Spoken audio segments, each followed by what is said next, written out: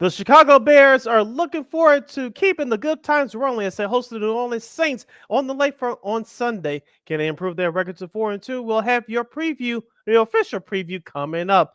In baseball, the Dodgers are 1 win away from the World Series, while the American League Championship Series between Seattle and Toronto is fit to be tied. Week 8 in college football has some exciting matchups. We'll give you a preview of those, and we'll have the return of our girl, Miss Christine, the Queen Manika from the road.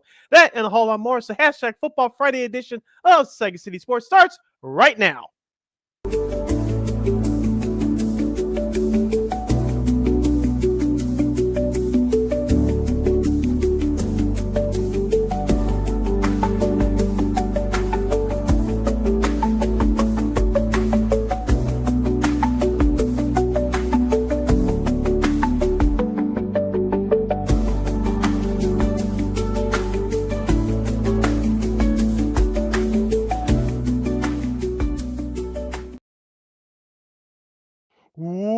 Welcome to another fun-filled hashtag Football Friday edition of Second City Sports. You're locked and loaded, and we're live in living color right here on Sports Soul Chicago, along with Miss LaKeena, McGee, which is she. I'm Sidney Brown. You know it's me. You can follow yours truly on the Twitter, X, and the IG at CK80. Once again, it's CK80. That's SIDKID80. That's SIDKID80. You follow my Kim McGee on the Twitter, X, and IG.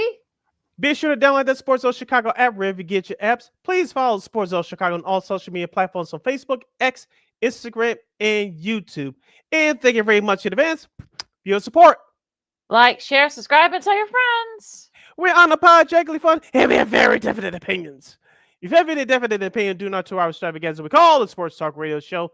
You definitely better hit us up at Sports Zone Chicago's Facebook page or at Sports Zone Chicago on YouTube.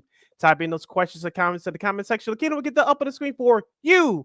But decide to troll and or do something silly, dumb, or stupid. I've given LaKeena full powers to give you dumbos to build and be a boot. Toodles. Or the Aaron Rodgers tackle boot. We'll get into that later. We're going live, folks. But before we begin, we must remind you that we're kicking it live, LIVE Live Entertainment, on our Sports Zone Chicago's Facebook and YouTube channels at 12:23 p.m. Central Standard Time. But much love to the replay again that's checking us out on the replay, also at Sports Zone Chicago's Facebook and YouTube channels. Don't you ever forget our motto, where we talk sports, music, or entertainment. We will provide. We'll provide you with the best on Second City Sports. Of course, we got her Christine Math from KXRB back for our NFL Week 7 picks. We got some great matchups to kick off Week 8 of college football. We're now halfway through the season.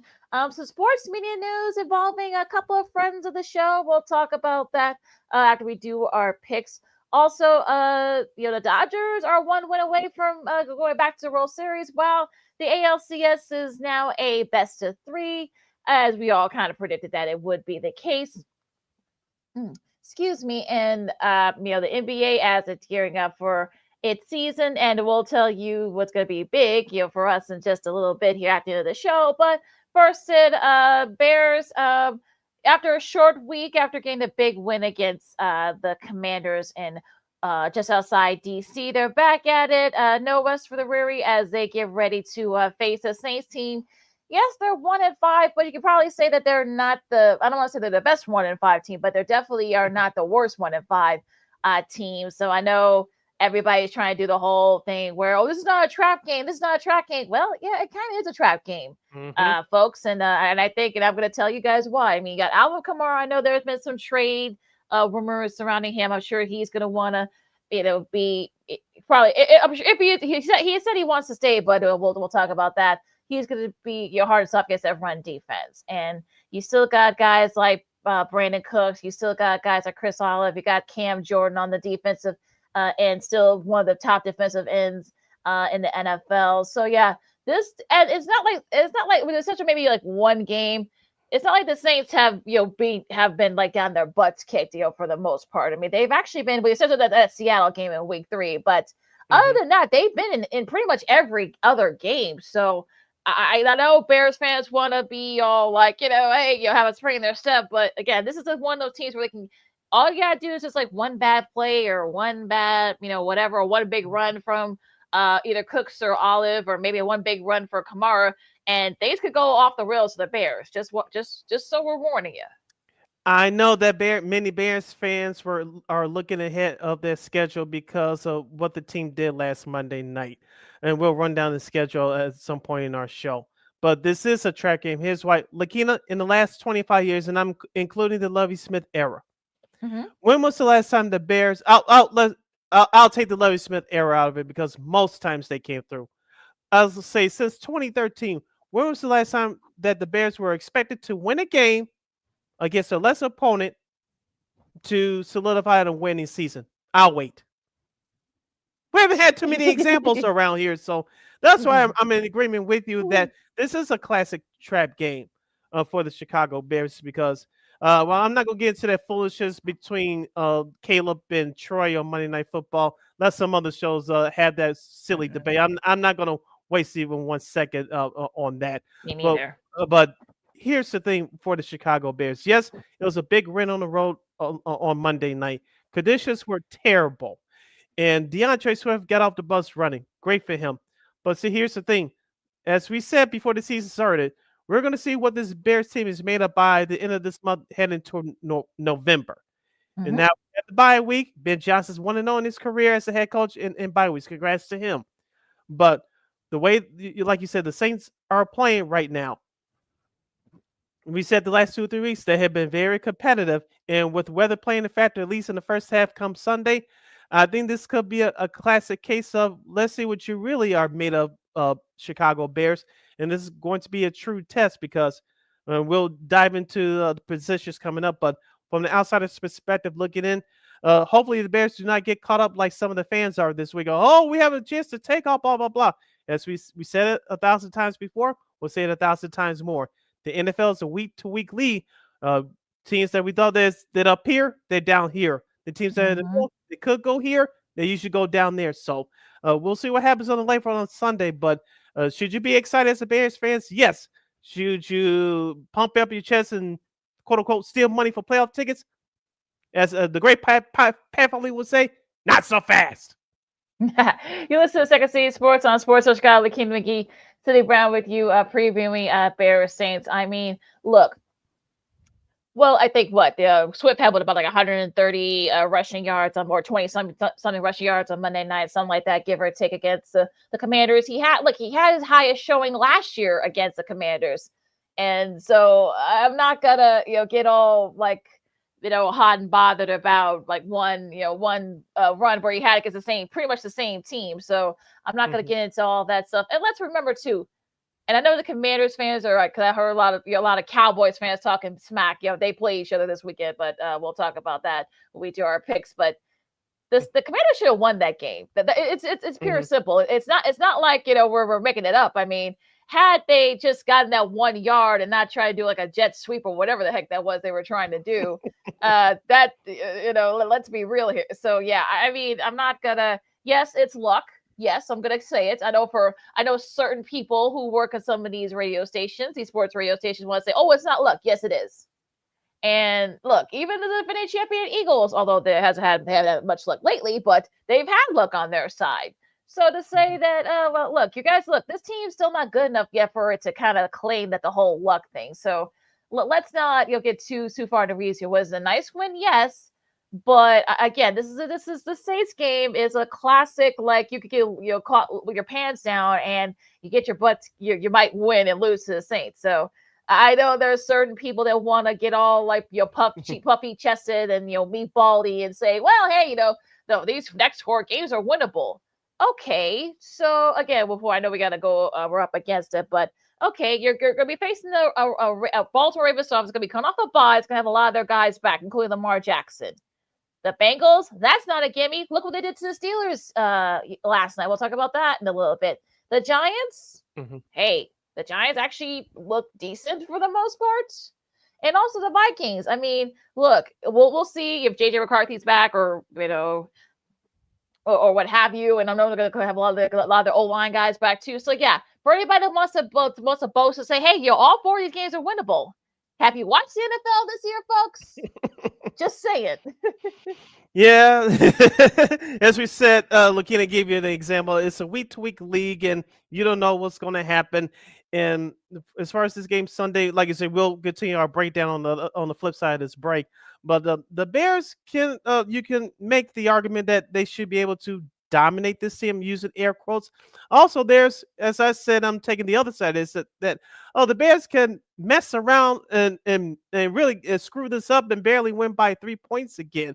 So the Bears be excited, but they're not there yet. As we said before the season started, this is going to be a long process, and we're starting to see that now. And the way they won the last 2 weeks with the Raiders game on the road and with the Commanders game on the road, if that's your recipe for success, which I don't think it is, but if it is, you're really playing with fire. Then this team that's trying to grow, you cannot afford to do that. All right, so yeah, we'll talk more about that. This game like sits on the flip side of the break. We'll also talk some baseball as the Dodgers they're one away from going back to the World Series, and the ALCS is now a best of 3. We'll talk about all that and more coming next. LaKeena, McGee, Sidney Brown, Second City Sports Chicago. He's over there. We'll have more football and baseball talk coming up right after this. Hey, it's your boy, the Superback, Sean Sierra, and be sure to follow Sports Zone Chicago on all social media platforms, on Facebook, Instagram, and our Roku channel. You can find us at Sports Zone Chicago, and on Twitter, we are at Sports Zone Shy. Also, be sure to download our mobile app so you can take Sports Zone Chicago with you on the go.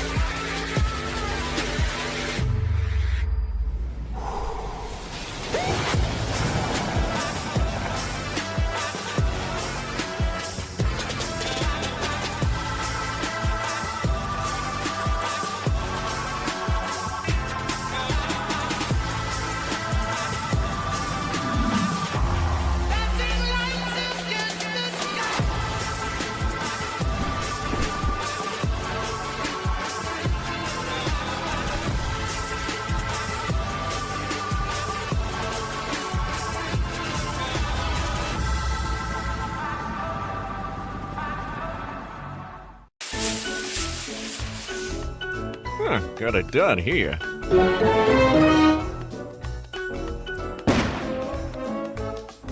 Ouch! And we're gonna make sure you lit this time. Ouch!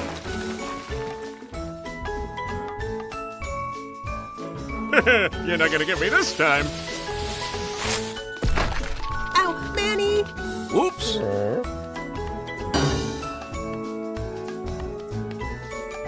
Let's try an easy one.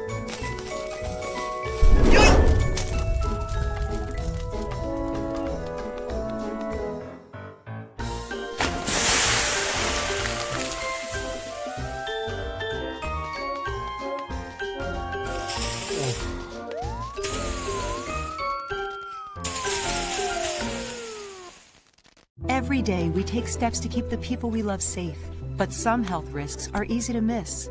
Ticks hiding in the yard can spread germs, like the ones that cause Lyme disease. Mice searching for food can spread bacteria that makes us sick. Mosquitoes lay eggs in standing water and can spread West Nile virus and more. Cockroaches are drawn to water in the home, leaving behind allergens that can trigger asthma attacks. Common pests can threaten our health. Learn how to protect your family at pestworld.org. Hey, this is Corey McGetty, and I listen to Sean and Maya on the morning show.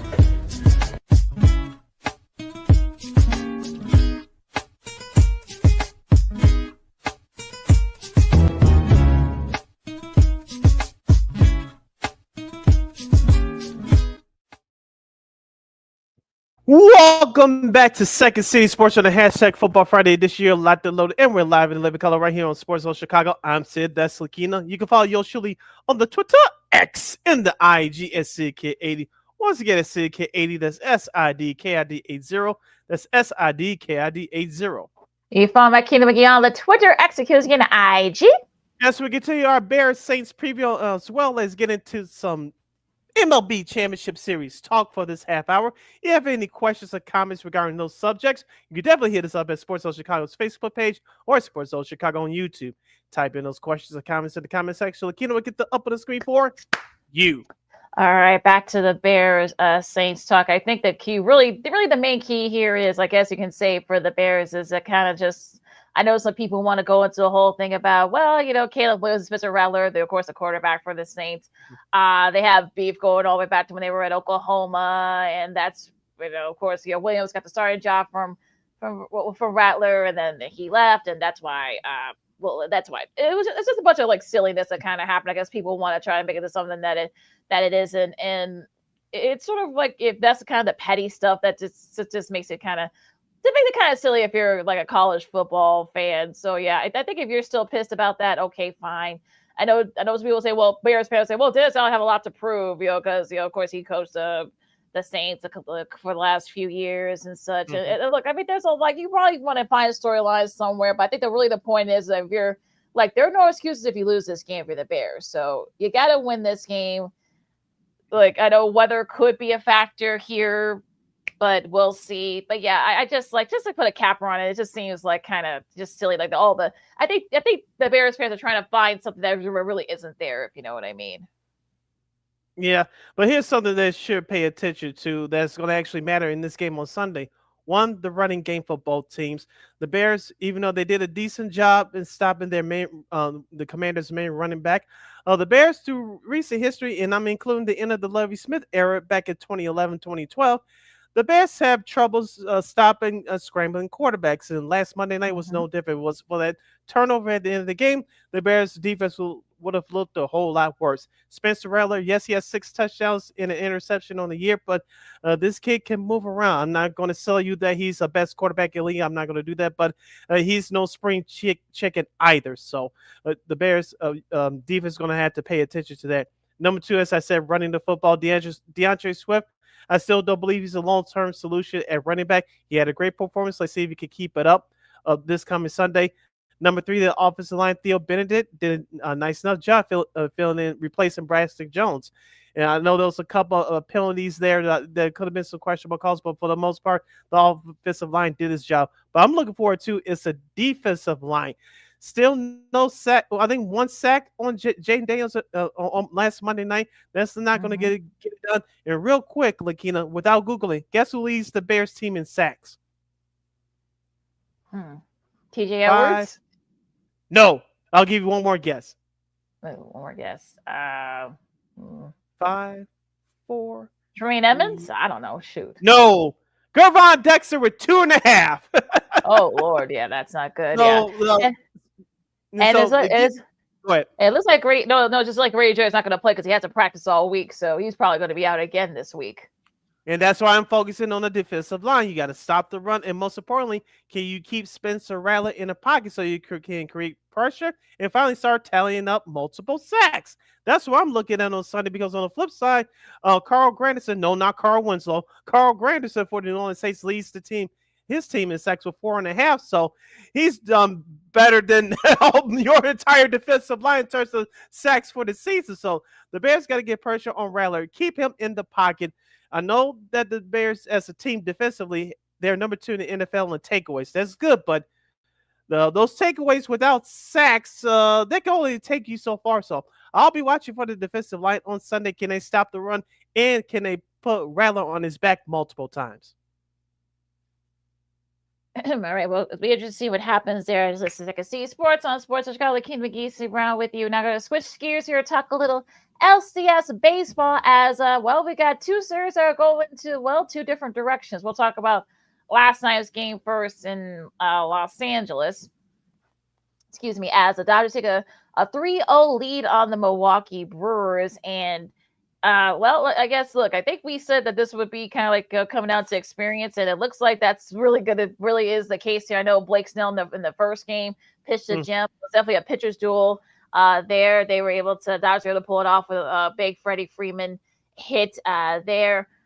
For this game last night, of course, Freeman also had it, but it was really Mookie Betts that kind of started. He's been kind of getting it going this offseason for the Dodgers, and their pitching's been really.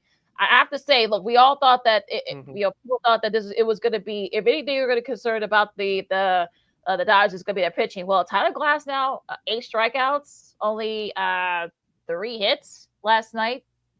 So yeah, so now the Dodgers are in the driver's seat of going back to the World Series. As I said following the All-Star break, I said it in August, and we said it in September. Mookie Betts, who has the same birthday as yours truly does. If Mookie Betts, he was struggling this year. If he decides to get it going between then and now, the Dodgers going to be in this position. Look what's happening now. Mookie Betts, whatever's been bothering him outside of injuries, he's, like you say, he's fully locked in. He's coming up with some big hits. We saw what Freddie Freeman did last year. He's starting to do it again. And now, look at that pitch. As we said to you guys at the end of the regular season, this is the healthiest that the Dodgers can be in terms of health. They're going to do some damage. Look what's happening now. It's experience against youth. And you mentioned about the starting pitching. This is the healthiest that the Dodgers have been all year. You mentioned about Yamamoto in Game 2. The first starting pitchers to pitch a complete game and win since 2017. And their bullpen, outside of Alex Valencia, number 51, the left hand, he's the best left-hand reliever in the game since Caleb Theobaro. The Cubs is no longer in the playoffs. And also to rookie Sasaki, Dave Roberts has put him, the rookie starting pitcher, in the bullpen in high-pressure situations in these playoffs. 9 times out of 10, he's come through, and he saw what he did yesterday to shut it down for a 3-1 win. So the Dodgers have been in these situations many times before. Milwaukee, even though they've been in the playoffs 7 out of the last 8 years, they still have young guys that they got to go through this. Nothing is the greatest teacher than experience. Yeah, Sasaki has retired the first 15 batters he's faced at home to begin his postseason career. Only longer streaks with Don Larson, who had 30, of course, including that perfect game he had, and John Lomberg, who had 19. So he joins a pretty impressive list. And like we were saying, this is actually the best of Dodgers. The Dodgers have played all season. So we know we've seen their struggles. They've been kind of up and down and such. They were swept a couple of times in some series. But I think this is around the time when you want to, play very well. And Glass now and Yamamoto. But like I said, Snell pitched at Gem in Game 1.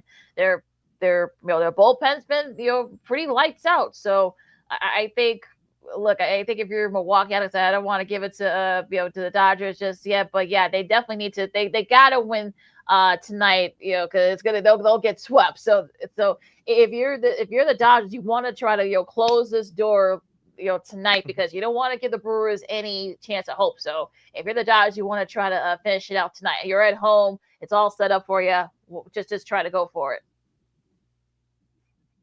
Yeah, outside of football, the 4th game is the hardest game to win because the pressure's on you to close it out. Because on the flip side, the team that's down in the series, in the closeout game, they play with a free spirit. Yes, there's still pressure on them, but Milwaukee could come out tonight. Oh, okay, we have nothing to lose. Everybody expects us to lose and get trounced and go home. We can play as freely as possible, gain some confidence, have some fluky players go their way early, take advantage of them like they did in the last series against the Cubs, and they're on their way. Now, do I expect that to happen? Maybe it does tonight, but do I expect Milwaukee to win this series? No, I think this series is over. Despite what happens tonight, the Dodgers have clearly been a better team. And so, like you said, for the Dodgers, if you don't want the strange things to start happening, you better close it out tonight. One question I had to ask for you from this series, Game 1. I forgot who was the batter for the Dodgers, but Frelick, the center fielder for the Milwaukee Brewers, caught the ball. At least the ball tipped off his glove. This was back in Game 1. The ball was tipped off his glove, bounced off the top of the yellow line at the wall. This is back in Milwaukee. Caught the ball. He was out. Teoscar Hernandez would have been safe if he didn't go back to tag up from third base and scored. And of course, it was a double play. Did you agree with the ruling from the replay folks at Secaucus, New Jersey? Yeah, I think that was I believe that was Freeman that was that was that bad for them during that whole weirdness. I guess they thought that Hernandez didn't tag up, and that's why he didn't. That's why he was called out. It looked like his toe touched the bag, but we don't really know because we saw all different angles. It's really hard to tell. So I have no idea whether or not that was the right call or not. But it ended up not mattering. The Dodgers ended up winning that game. So you can look back on those kind of calls. You just kind of laugh about it. So it is what it was with that one. Yeah, like you said, the Dodgers were lucky to win that game. I know Teoscar Hernandez said after the game that he didn't know the rule, and there was kind of confusion on his part. But like you said, Blake Snell was pitching well that night in Game 1, so it really did matter. And Milwaukee, which squeezed out a run in the bottom of that ninth inning and later in that game, they left the bases loaded, so the Dodgers bullpen shut the door. Now let's switch over to the American League Championship Series, and the Toronto Blue Jays and your Seattle Mariners, LaKeena, are fit to be tied at 2 games apiece. 8-2 win for the Toronto Blue Jays last night after scoring double-digit runs in Game 3. As we said, coming into this series, Seattle's ballpark, T-Mobile, I know I just said the new corporate name, but their ballpark is a pitchers-friendly ballpark. Toronto made liars out of all of us, including yours truly. They belted out, I think, 6 home runs in the last 2 games, 8 home runs in the last 2 games. Vlad Guerrero Jr. did it again last night. Toronto has found new life. We all thought that Seattle would come in tired after that marathon win 1 week ago tonight in Game 5 against Detroit. They rolled it to Toronto to take the first 2 games, but Toronto's woke up. Their bats woke up to help out their starting pitcher. Now it's the best 2 out of 3. Yeah, it's kind of interesting how it was basically batting practice for them. Jimenez had 4 RBIs last night, and look, Matt Scherzer looked like the old Matt Scherzer back in the day. He was pitching lights out as well. He had 5 strikeouts.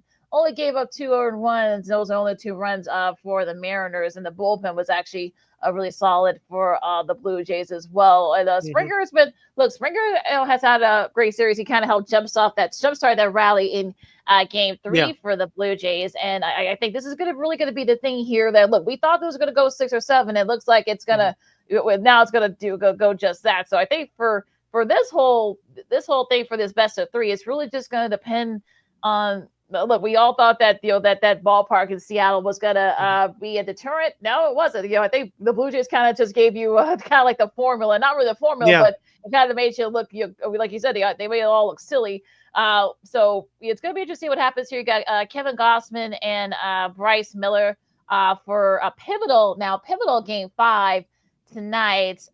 So that really, I think if you're Seattle, you need to kind of get your guys going. Look, Naylor's been doing his thing, but Rodriguez, you could do a little bit more. Cal Raleigh's had his struggles the last couple of games.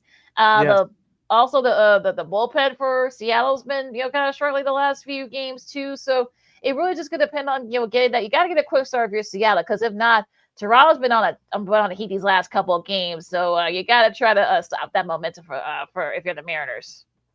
I'm going to put Eugenio Suarez on that list, too. I know he had a hit last night, 1 for 4, but I'm putting him on that list for him to jumpstart that Seattle Mariners offense.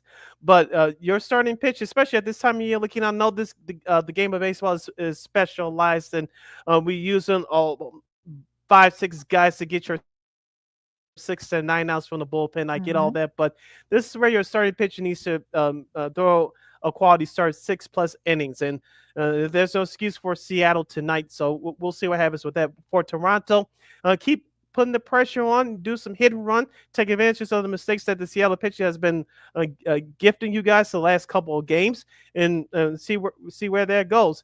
Now on the flip side, for Toronto, here's the thing. We talked about Vlad Guerrero Jr. not having an all-star year, even though he was an all-star. You mentioned with George Springer. He had a hit last night. He had an RBI. I want to see Alejandro Kirk start to get it going with the bat. He was 0 for 4 last night. Dalton Varsho, the center fielder, he had an RBI fly last night. And also, too, with Andres Jimenez, the former Cleveland Guardian, you mentioned with 4 RBI last night. He's been very good with his glove defensively. If you can I'm not going to say he's going to have another 4 RBI game tonight, but if he can have another RBI or 2, that's going to give Seattle something to think about pitching to him in the bottom of that lineup. Yeah, I think that's really that bottom line needs to step up a little bit more too for Seattle. So it's really going to be interesting to see, like in the trenches, like what's going to happen, especially later today, because that's the early game. The Toronto Seattle Game 4. So it's going to be interesting to see like which part of the team can kind of like, will it be Seattle's bats that wake up? Will Toronto's bats stay hot? Will it be the pitching? So I think if you're Gossman or Miller, you want to try to get one of them to kind of like tame one of those the offense. So who knows? I mean, I think like 50%, like 67% of the time that whoever wins Game 5 in the best of 7 ends up winning the series. So this is actually pivotal. So if you want to try to win, if you're Toronto, you want to try to win, see if you can clinch it at home. I think that's really the best way to do it. But yeah, we'll see what happens. Yeah, the ALCS will be decided in Toronto, whether it's Game 6 or Game 7. But we'll give you the schedule for this weekend, starting tonight's games. Game 5 of the ALCS will be on FS1 at 5:08 p.m. from Seattle, followed by the Brewers and Dodgers Game 4. That's at 7:38 p.m. These were goofy start times. That could be seen on TBS, True TV, and Max. Baseball really got to straighten this out. I know you got to placate to the networks, but these goofy start times. It happened when they went to TBS back in 08, 09. That was just stupid, but I digress. Saturday's schedule looks like this. Game 5, if necessary, Dodgers and Brewers. That'll be at 7 o'clock. Sunday during football season. And this will actually happen. Game 6 between the Mariners and Blue Jays back in Sky Dome. I'm not calling that corporate name. Who will have the series lead? Will it be Toronto or will it be Seattle? We'll see what happens with that. That's at Sunday, 7:03 p.m. on FS1. You're listening to Second City Sports on Sports Zone Chicago. See LaKeena here with you. Let's continue the baseball talk. Let's stay local a little bit. Listening to our friend of the show, our guy Sean Anderson from CHGO White Sox. Manny Ramirez, yes, one-time former White Sox from the year 2010. He's pulling that feelers through all 30 teams that he wants to be a hitting instructor. And some people say, quote unquote, bring him home to Chicago. I don't think they need him on the north side, but some people said that he needs to come to the south side. What say you?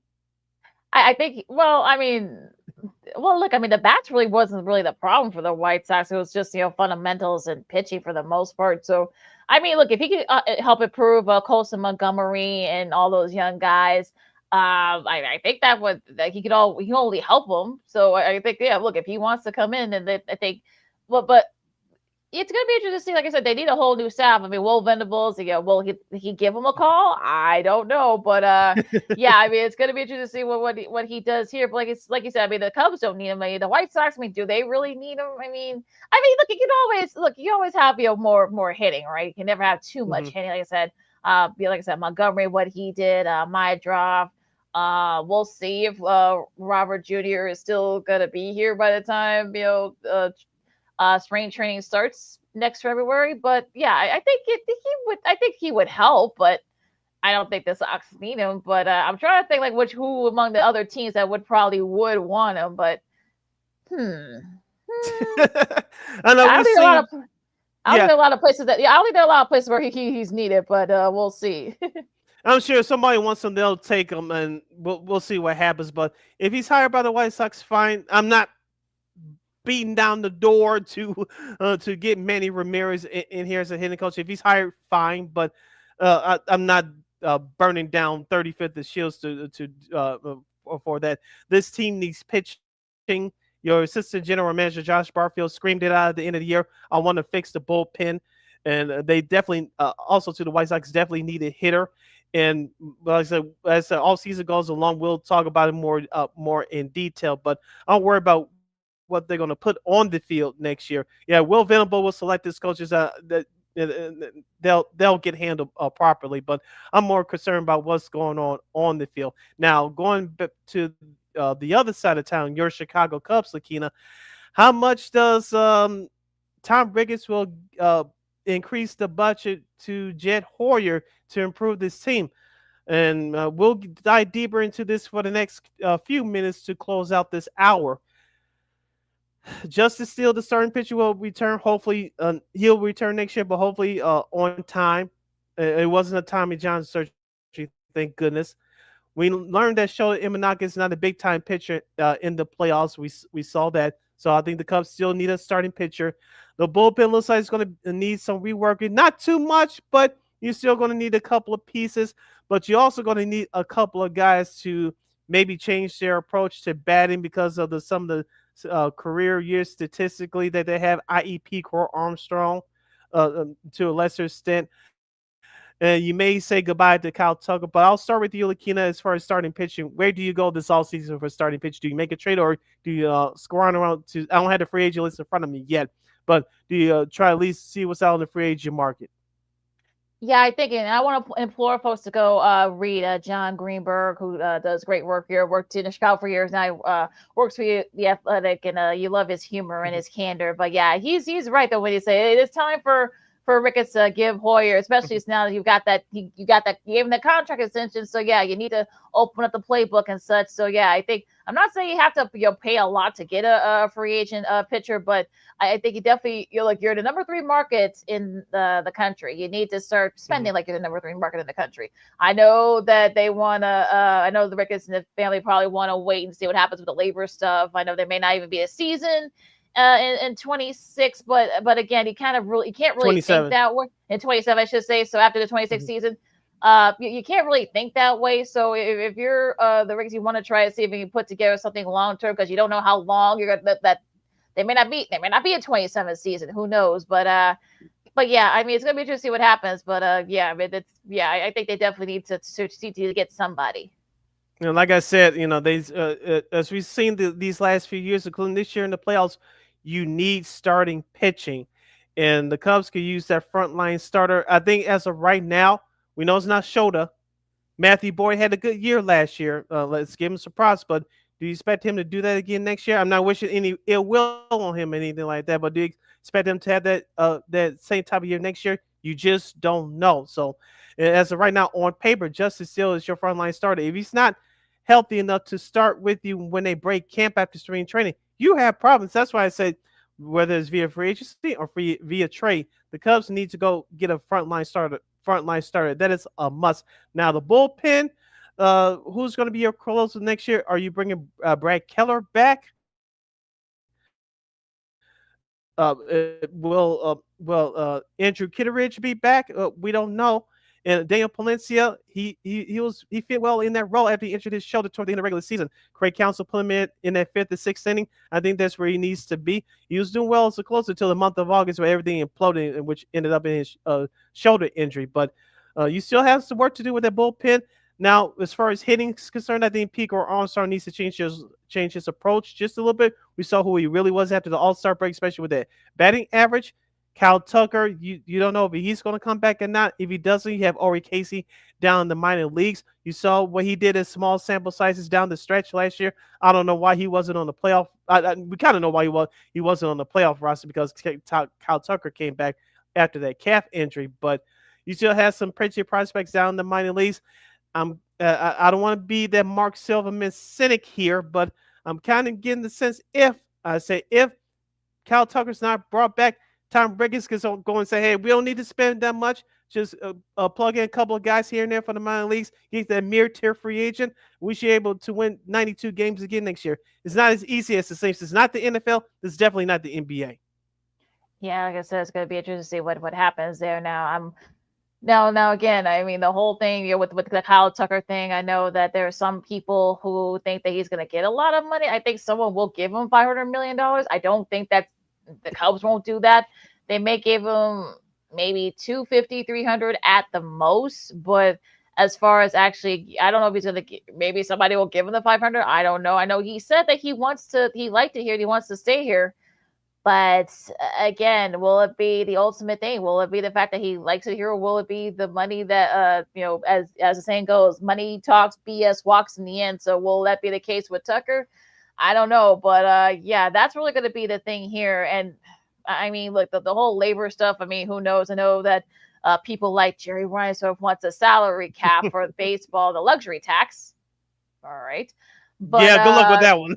Yeah, that's not going to happen. So, yeah, that's why this whole thing about a no 27 season. But, excuse me. But, yeah, I mean, I think if Tucker is going to be your priority, you want to try to see if you can get as much you can for him.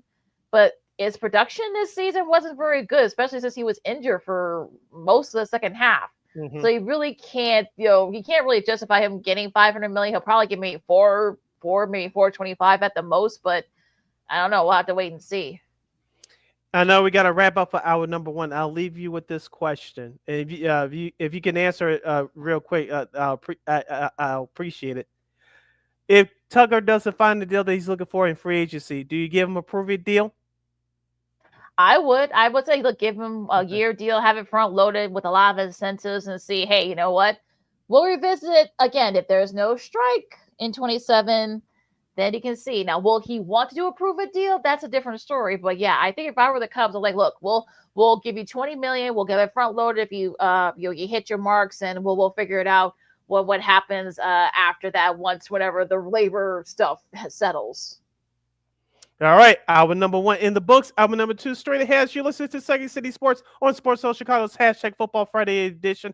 Well, when we return, Week 8 of college football, both the final Illini have in Colorado, my team have both had the week off, but we still have great games on the slate. We'll give you a quick Thursday night Cisco and Ebert review from NFL's Thursday Night Football, and we'll have the return of our girl, Miss Christine the Queen Manika.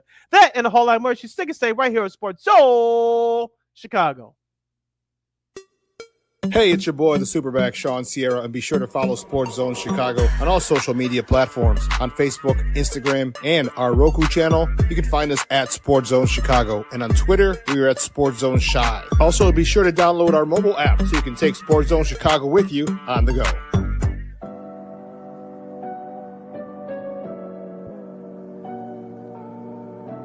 How do you take care of your mind health? For my mental health, I meditate in the mornings. I have my dogs. They're the best. I just find ways that help me just relax. Finding things that make me happy, like being close to my family. I meditate a lot and read books. I have hobbies outside of the game. I'm able to switch off. I'm able to turn my brain off from the game of basketball. Your mind health matters. Your mind health matters.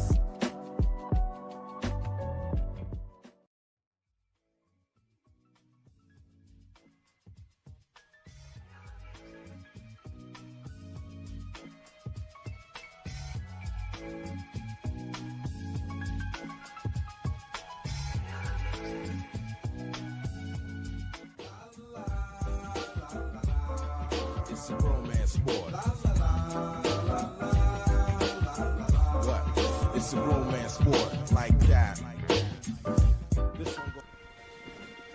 Your Marine Corps' way of life is to defend the American way of life.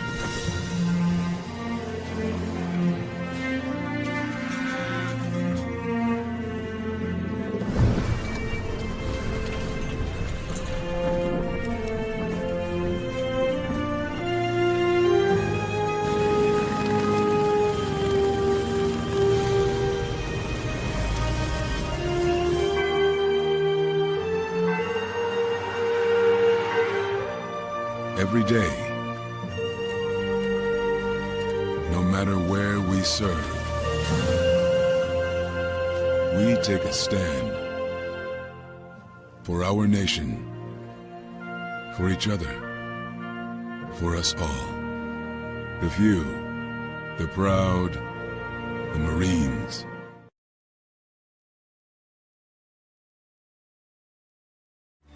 Every body in a work zone is someone's somebody. This is my mom. She works for KDOT. This is my dad. This is my mom. This is my daddy. This is my sister. This is my daddy.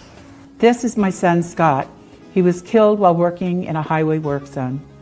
When you drive through a work zone, drive like a life depends on it. Because it does.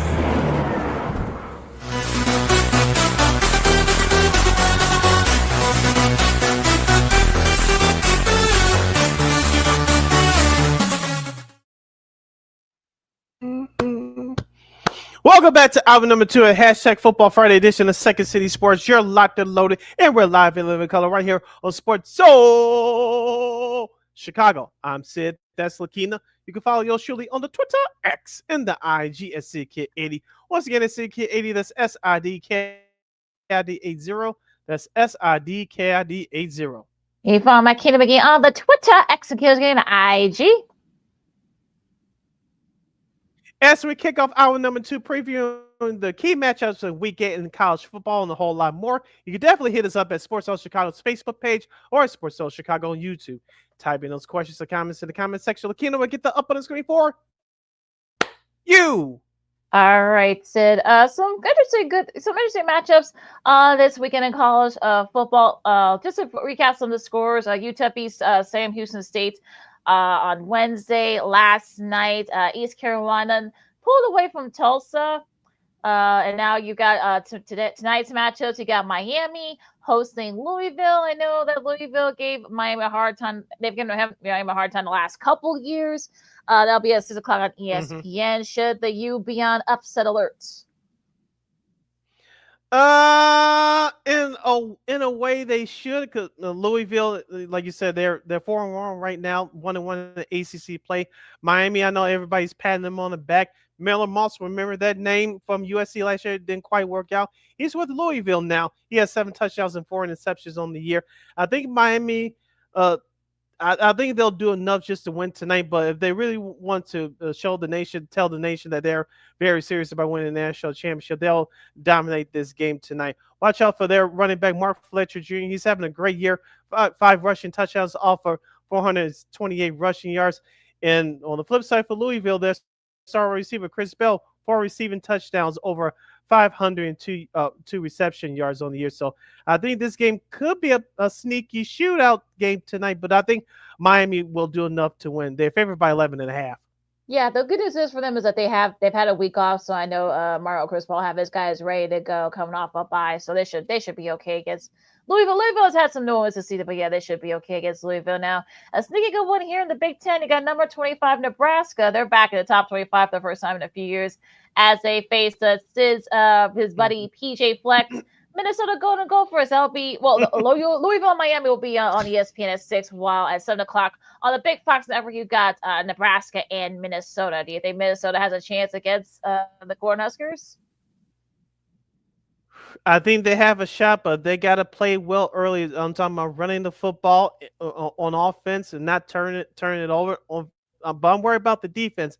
Dylan Raiola is having a great year for Nebraska, 60 touchdown passes to 5 interceptions. Can you keep him in the pocket, which is a difficult task within itself? And can you create some turnovers? If you could do that, I think Minnesota could pull the upset, but I don't think they could do it. I hope I'm wrong, but I don't think they could do it. I think they'll be in it for a minute, but I think Nebraska will do enough just to win. This is going to be another tough test on the road for the Cornhuskers, but I think they'll pull this one out. They're favored by 7.5 points, and the over on the total is 47.5. Okay, in the Mountain West, you got San Jose State and Utah State at 8 o'clock. Both teams are 1-1 in conference play on CBS Sports Network. And the ACC, North Carolina, Bill Belichick, with all the weirdness that's been going on there, and they gotta go all the way cross country to Berkeley to play Cal. They're 4-2. I'm talking about Cal and their 1-1 ACC play. That's gonna be at 9:30 on the big ESPN network. I think this is the best thing for the North Carolina football program. Yes, there's going to be some attention following them tonight, but they're on the road. They're not at home, and maybe you'll get that best effort tonight. We'll see what happens. But for Cal, their star running back Kendrick Raphael, 4 rushing touchdowns on the year off 114 yards, and their star wide receiver, pay attention to him, Tron Griswell. 24 receptions, 400 yards, and a touchdown. Look for him to have a big game tonight. I think North Carolina will play well, but I think Cal will do enough just to win at the end. They're currently favored by 7.5. All right, so we'll see what happens with that one now. In tomorrow's games on ABC, little SEC action. Here you got number 10 LSU against number 17 Vanderbilt, and it'll be interesting to see what happens. I know Vanderbilt's smarting from that loss to Alabama a couple weeks ago. They kind of had a whole week to kind of sit on that, but they'll see what happens against LSU tomorrow, I should say. And it should be interesting what happens. Nussmeier, Pavia, I should say, Dylan Pavia for Vanderbilt. That should be a good quarterback matchup as well. But I think the defense is really going to be the key here. LSU, their defense was key in keeping the Gamecocks from their upset bit last week. So we'll see what they can do down there in Nashville. Yeah, Vanderbilt's currently favored by 1.5, so Vegas has it at a pick 'em. But I think Vanderbilt will learn their lesson. I think this is going to be a close physical game. I think Vanderbilt will come out on top. At the same time on ESPN, number 12, Georgia Tech, quietly 6-0, 3-0 in ACC play. They'll travel to Durham, North Carolina, as they'll face the Duke Blue Devils. They're also 3-0 in ACC, 4-2 overall. Duke is currently favored by 2.5 points at home, which means that Georgia Tech is being slightly favored here by some of the observers, but Duke has a lot of talent on offense. Speaking of their running back, Nate Shepard, having a good year with 4 rushing touchdowns. Okuba Barkate, 4 receiving touchdowns. And, of course, their star quarterback, Darian Mensah, 15 touchdown passes to 2 interceptions. Georgia Tech, this is for the first time in a while. This is going to be their toughest task yet on their schedule this year as they go on the road. Yeah, it's going to be very interesting to see how that defense does against Haynes King. I think that's really going to be the key. If you slow him down, you slow down that Georgia Tech offense. So it'll be interesting to see what Duke does. I feel like college basketball nostalgia here. Well, it starts in about a little over 3 weeks. So getting a college basketball vibes. But yeah, it should be. I'll have an eye on this matchup. It should be a fun matchup here. Now in the Big Ten, where's Kenny Anderson versus Bobby Hurley? Yeah. Oh, well, you're going on the Wayback Machine. Oh, that movie pulled up in '91. Oh, gosh. Oh, yeah, you're going on the Wayback Machine with that one. Going to the Big Ten, going to Ann Arbor, Michigan, hoping to bounce back from that loss out in the Rose Bowl to USC. They host Washington in the big noon Saturday game on the big Fox network. This should be a fun matchup. We'll see where Michigan, their mindset is after, like I said, after getting that tough loss to SC. Washington's 5-1. Like I said, their only loss was to Ohio State, and this could be one of those games where it could come down to like who on the defensive side who ends up getting the edge here.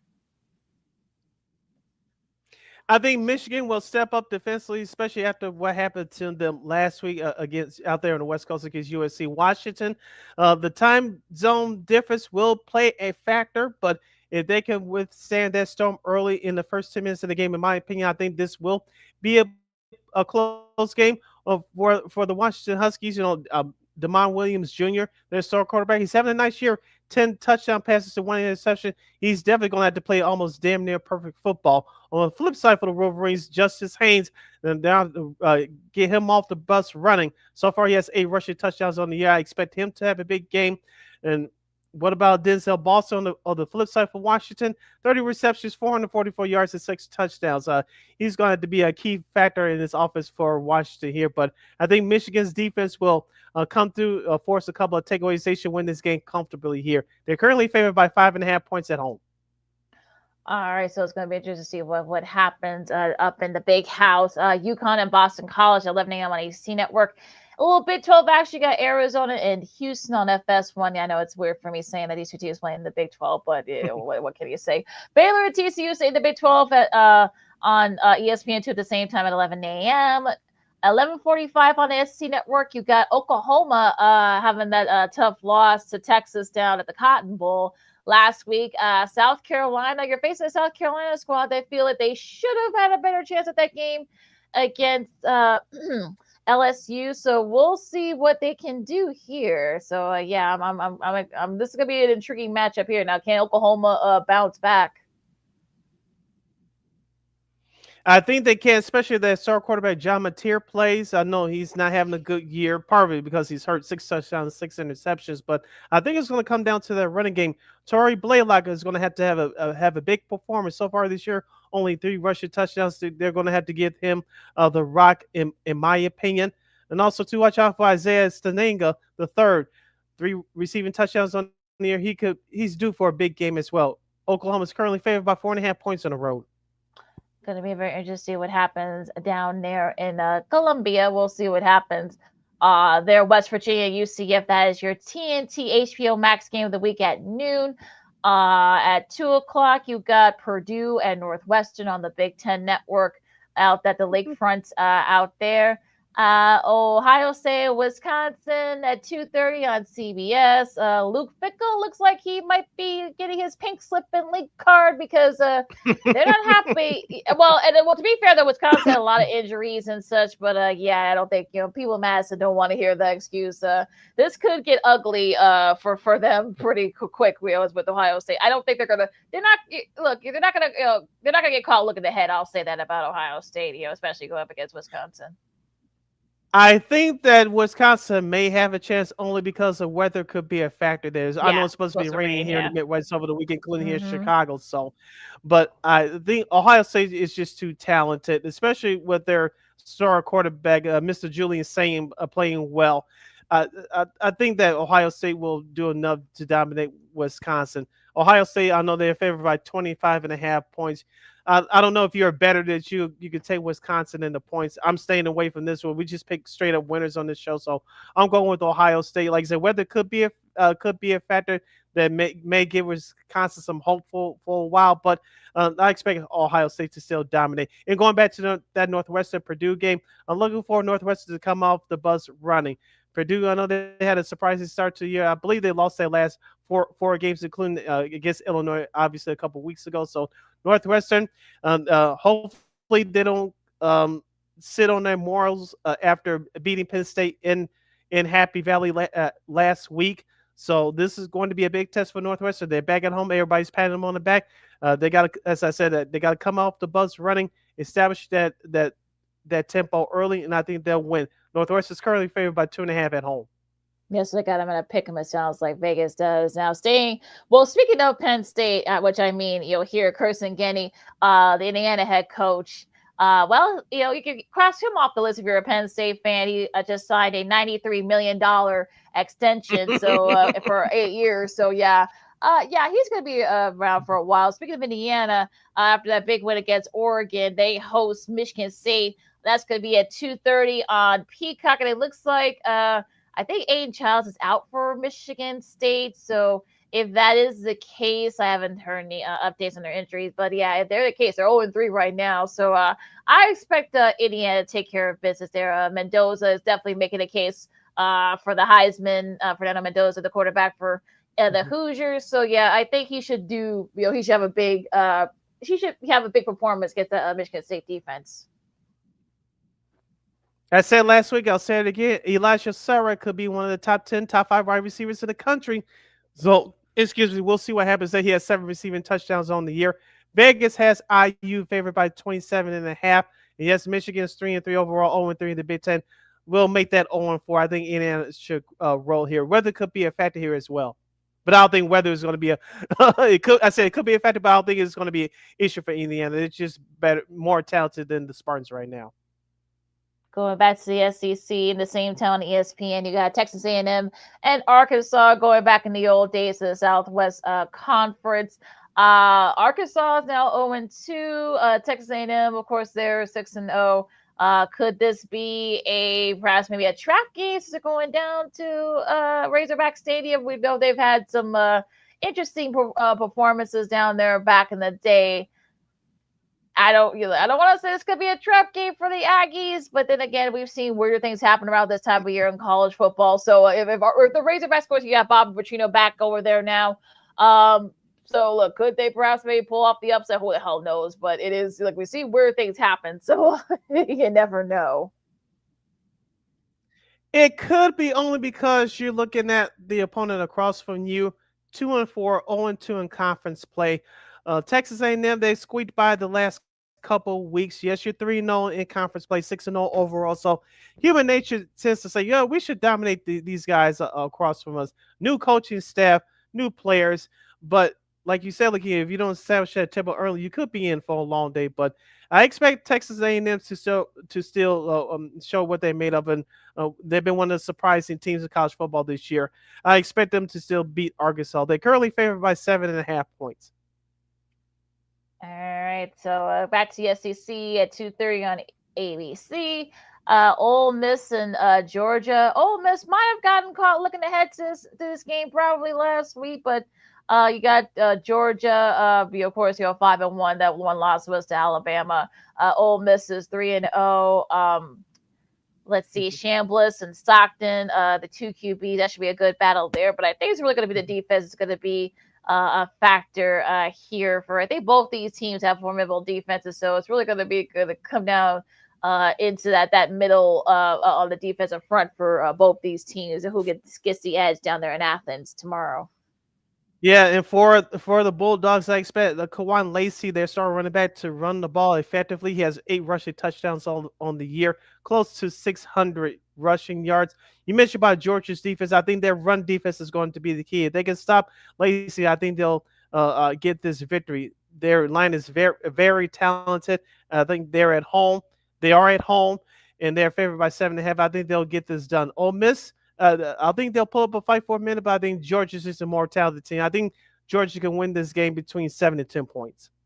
Going to be very interesting down there in Athens. Now, SMU and Clemson, that's going to be on the SC Network at AC Network, I should say, at 2:30 as well. UNLV and Boise State, that's going to be also at 2:30 on FS1. Northern Illinois, special note here, at Ohio at 2:30 on ESPN Plus. Texas Tech at Arizona State. That's going to be at 3 o'clock on the Big Fox Network. Memphis, they're back in the top 25. They face UAB on ESPN2. Mississippi State in Florida at 3 o'clock, I should say, on ESPN2. 3:15, you got Mississippi State and Florida. Oregon hoping to bounce back from the tough loss in the end. They face Rutgers at 5:30 on Big Ten Network. I would say take the over because you don't want to face a flock of angry ducks. So, yeah, I would take the Gracie will have his guys. They'll stay with it for a little bit. But, yeah, I think Oregon, they feel like they're probably smarter from that loss in the end. I think they want to send a message here over there in New Jersey. Yeah, I couldn't agree with you more. Going back to that Memphis UAB game on ESPN2 at 3 o'clock, I'm looking at the starting quarterback for UAB, LaKeena. Is that the son of John Kitna? Do you know? Do you know? That I don't know. I'm not sure. He kind of looks like him in the cheekbones. Yeah, I'll have to. I don't think. I think it might just. I don't think there's no relation here. But yeah. Yeah, they're so they're 2-4, they're 0-3 in the American. Talk about UAB. Memphis should be able to take care of business. I've seen that Memphis squad all season long. They've kind of been sort of sneaking in there. Brendan Lewis, their QB. I think he's a 5th-year guy, and he has 8 touchdowns for us. But it's really been their running back, the Tigers running back, Sutton Smith. So yeah, I think if you guys get a chance, you'll think outside the whole Kidna thing, whether or not that kid's his son, I don't think so. But yeah, check out Memphis. That's a really good. They're a very high power offense. They're very athletic. Yeah, you definitely check them out as they face UAB. Get to know them a little bit. You might be hearing them a lot in these next few weeks. Probably. You listen to Second City Sports on Sports Zone Chicago. LaKeena here with you. Preview week 8 in college football. Let's go to the prime time games. At 6 p.m. tomorrow on ESPN, number 21, Texas, the Longhorns, Arch Manning and crew, they'll take their show on the road to Kroger Field in Lexington, Kentucky. They'll face the 2-3 Kentucky Wildcats. Kentucky 0-3 in SEC play. I'm looking for Arch Manning to have a big performance. He's been having an up and down year this year. 12 touchdowns, 5 interceptions, but he's going to need his star wide receiver, Parker Livingstone, to have a big game. He has three receiving touchdowns on the year, but I'm looking at that Texas Longhorns defense. They've been beat up the last couple of weeks. I expect them to come up big with a big-time performance on the road, and Vegas agrees with me. Texas is currently favored by 13.5. Yeah, Kentucky, they got a very young squad. That's why they're kind of struggling this year. Texas, if they look, that Oklahoma win could maybe be a start for them to kind of get back into the playoff conversation. We'll see. But, yeah, it should be I don't think there will be a letdown against Kentucky now. Penn State and Iowa, well, I know. I mean, James Franklin no longer there. Like I said, Kinnick Stadium, look, weird things happen in mid-October over there. They'll be on Peacock at 6 o'clock. We'll see. Also on FS1 at 6 p.m. Maryland and UCLA. Does UCLA have magic to pull in one more game to improve to 3-4?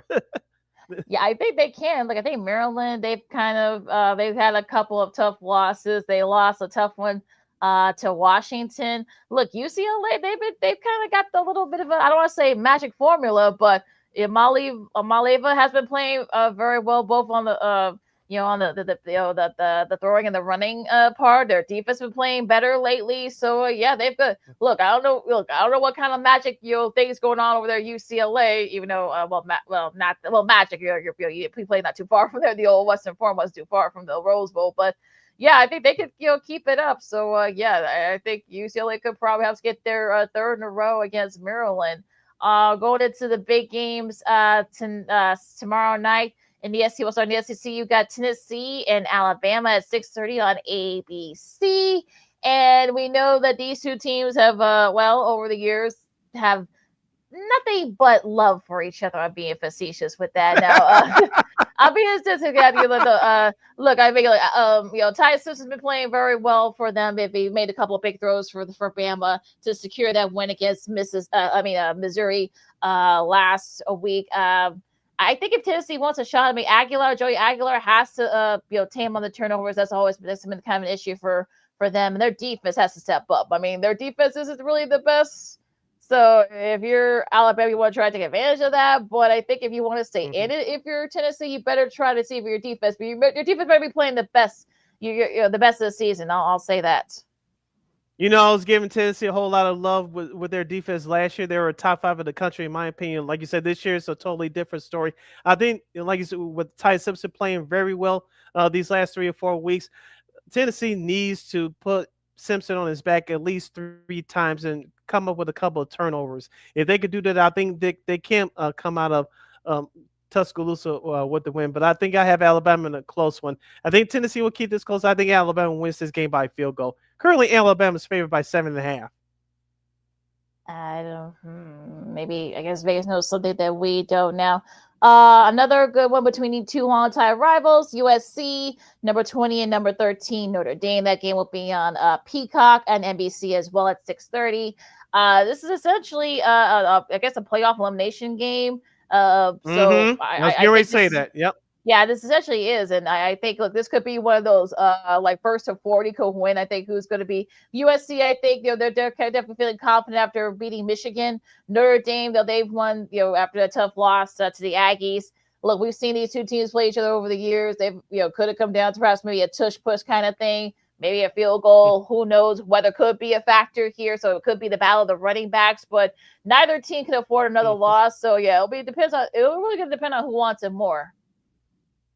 I'm in agreement with you, but I'm not, only because, like I say, if USC loses this game, they'll probably be on the outside looking in. Technically, it depends on what the other teams do in front of them in terms of the college football player. But I think this is a bigger game for Notre Dame because I know they won their last 4 games after that 0-2 start. But if Notre Dame loses, I think they're, like you say, I think they're out. So Notre Dame, will see what Marcus Freeman has in store. Especially defensively. Wayman Jordan, the Trojans star running back, he's having a big year, close to 600 yards rushing, 5 receiving touchdowns, but they're going to have to stop Makai Lemon for the Trojans. 44 receptions, 682 yards, and 6 touchdowns.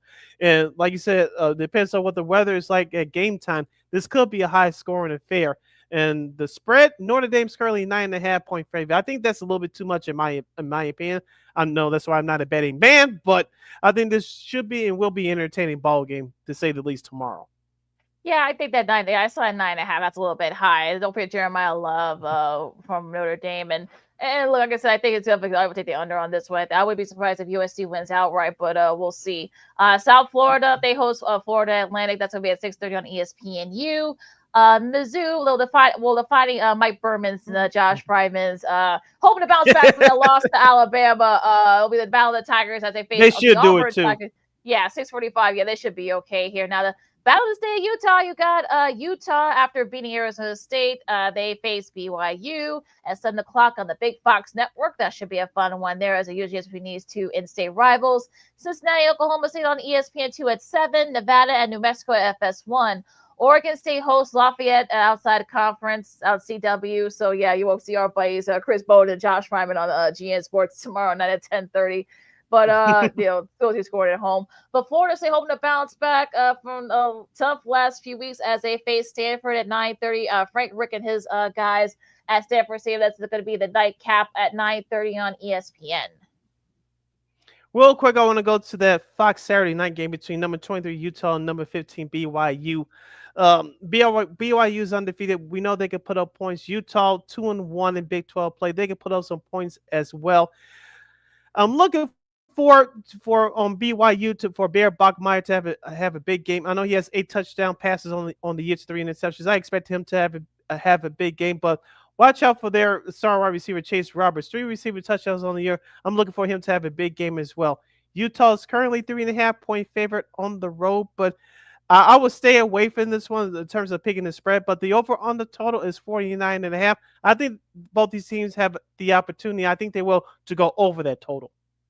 Yeah, Devin Dampier, the talented QB from Utah. I think he had 2 touchdown passes and a couple of rushing touchdowns as they throttled Arizona State last week. So it's good. I can see why they're the favorite. But I would stay as far away from this one, especially when these two teams play. You don't always hold the records out the window when these two in-state rivals play. So it goes all the way back to when they were in the WAC. So the old WAC conference back in the day. So they've had their we give you WAC.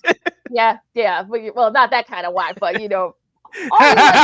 what I'm talking about. But the old Utah and BYU and New Mexico and Wyoming. We'll get into the tangent there. But and UNLV. But it's gonna be one of those games where it could come down to, like I said, who gets eliminated from the playoff positioning. So this is gonna be interesting to see what happens here. But it should be a fun one over there at Provo.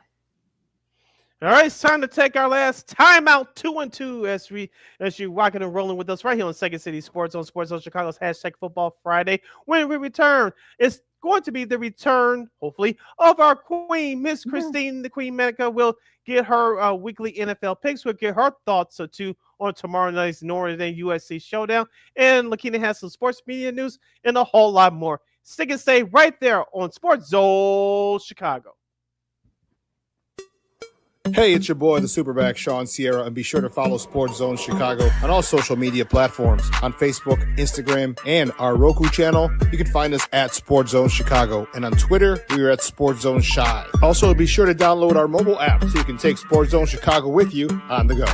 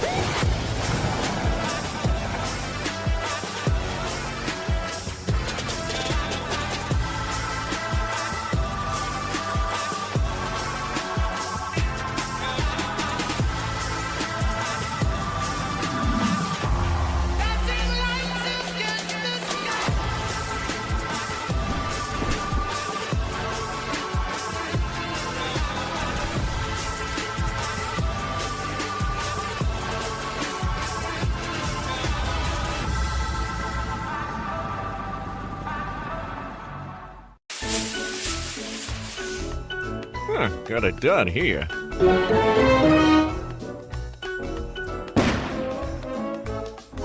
Ouch! And we're gonna make sure you lit this time. Ouch!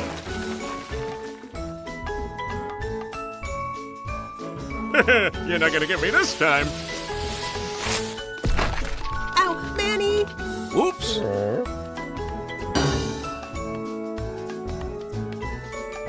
Let's try an easy one.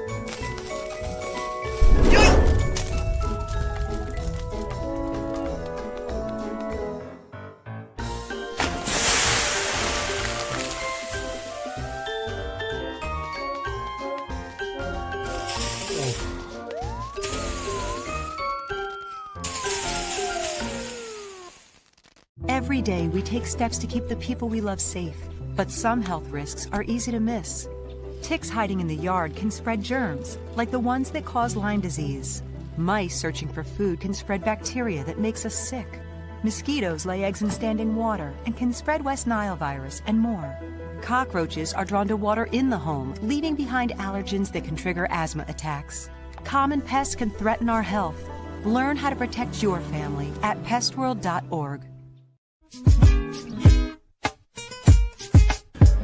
Corey McGee, and I listen to Sean and Maya on the morning show.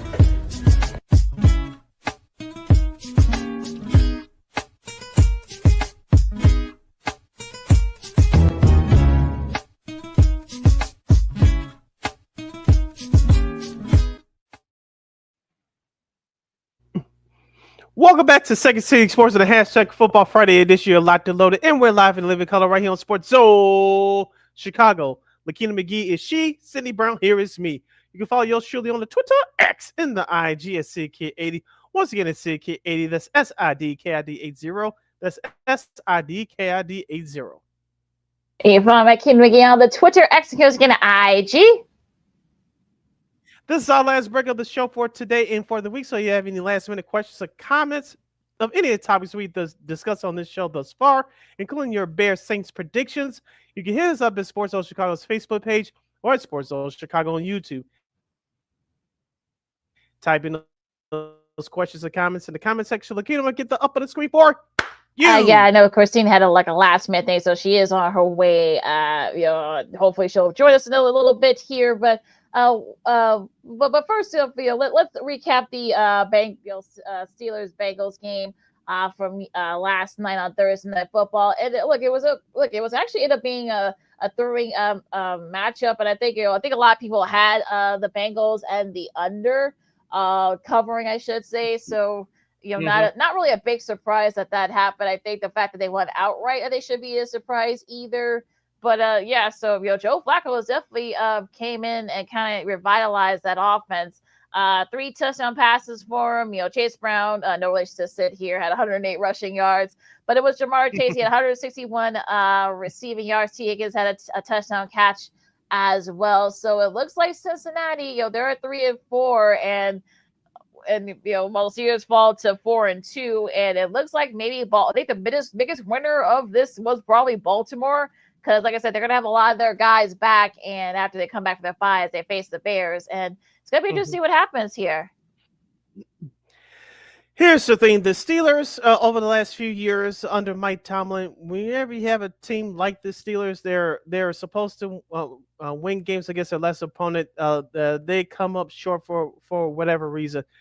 You know me, that the Steelers run offense, I've been on them for the last couple years. Jalen Warren actually had a good game last night, 16 carries for 127 yards, but their defense just got shot, no pun intended, giving up 13 points in the fourth quarter. But I think it was that second quarter which really did the Steelers defense in, being outscored 17-3.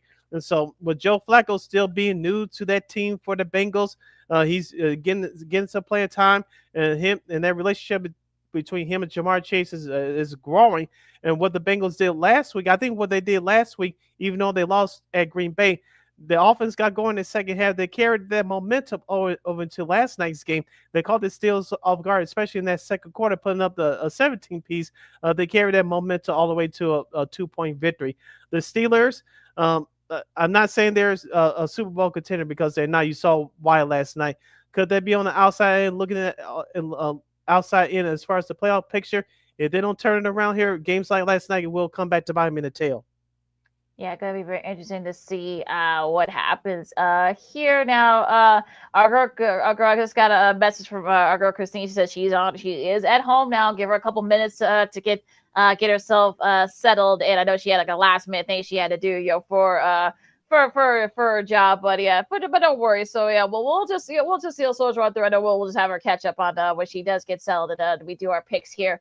But Christine actually was a big winner last week because of that. They said Bears win. She is now a game.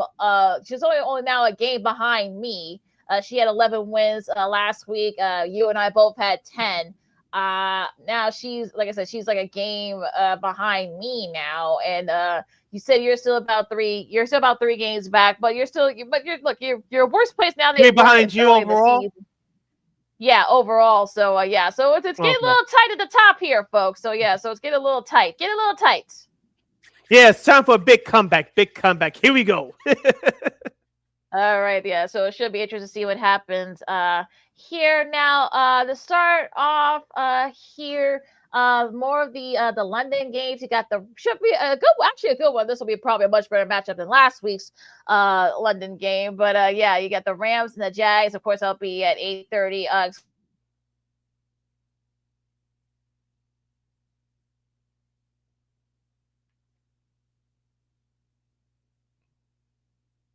Okay.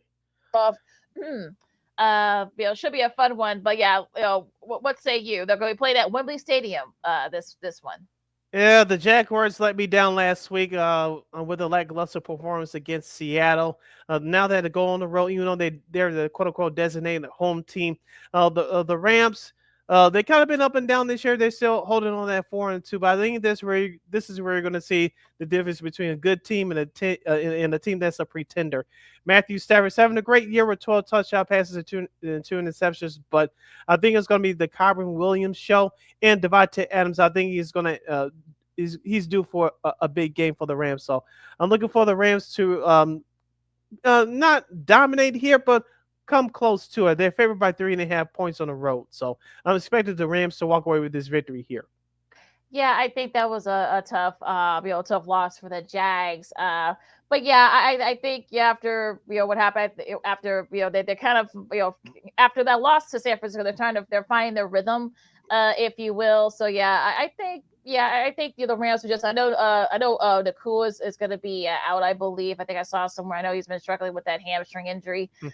So yes, after he injured last week, so the ankle injury I should say. So yeah, so he's going to be out, but I think they should be okay. I think the defense was just enough, I believe, to win this game, and we'll see what happens there. Now we'll give Chrissy the chance to catch up on all the games, but we'll see. But yeah, that's what I'm picking the Rams as well. So we'll just go back to Christina when she does finally join us. All right, so we'll be starting with this game here. You got the Dolphins and the Browns, the toilet bowl, I guess, if you want to be technical with this matchup. I feel for our buddies Spiro Ditas and Adam Marchlet. They're going to have this game for CBS.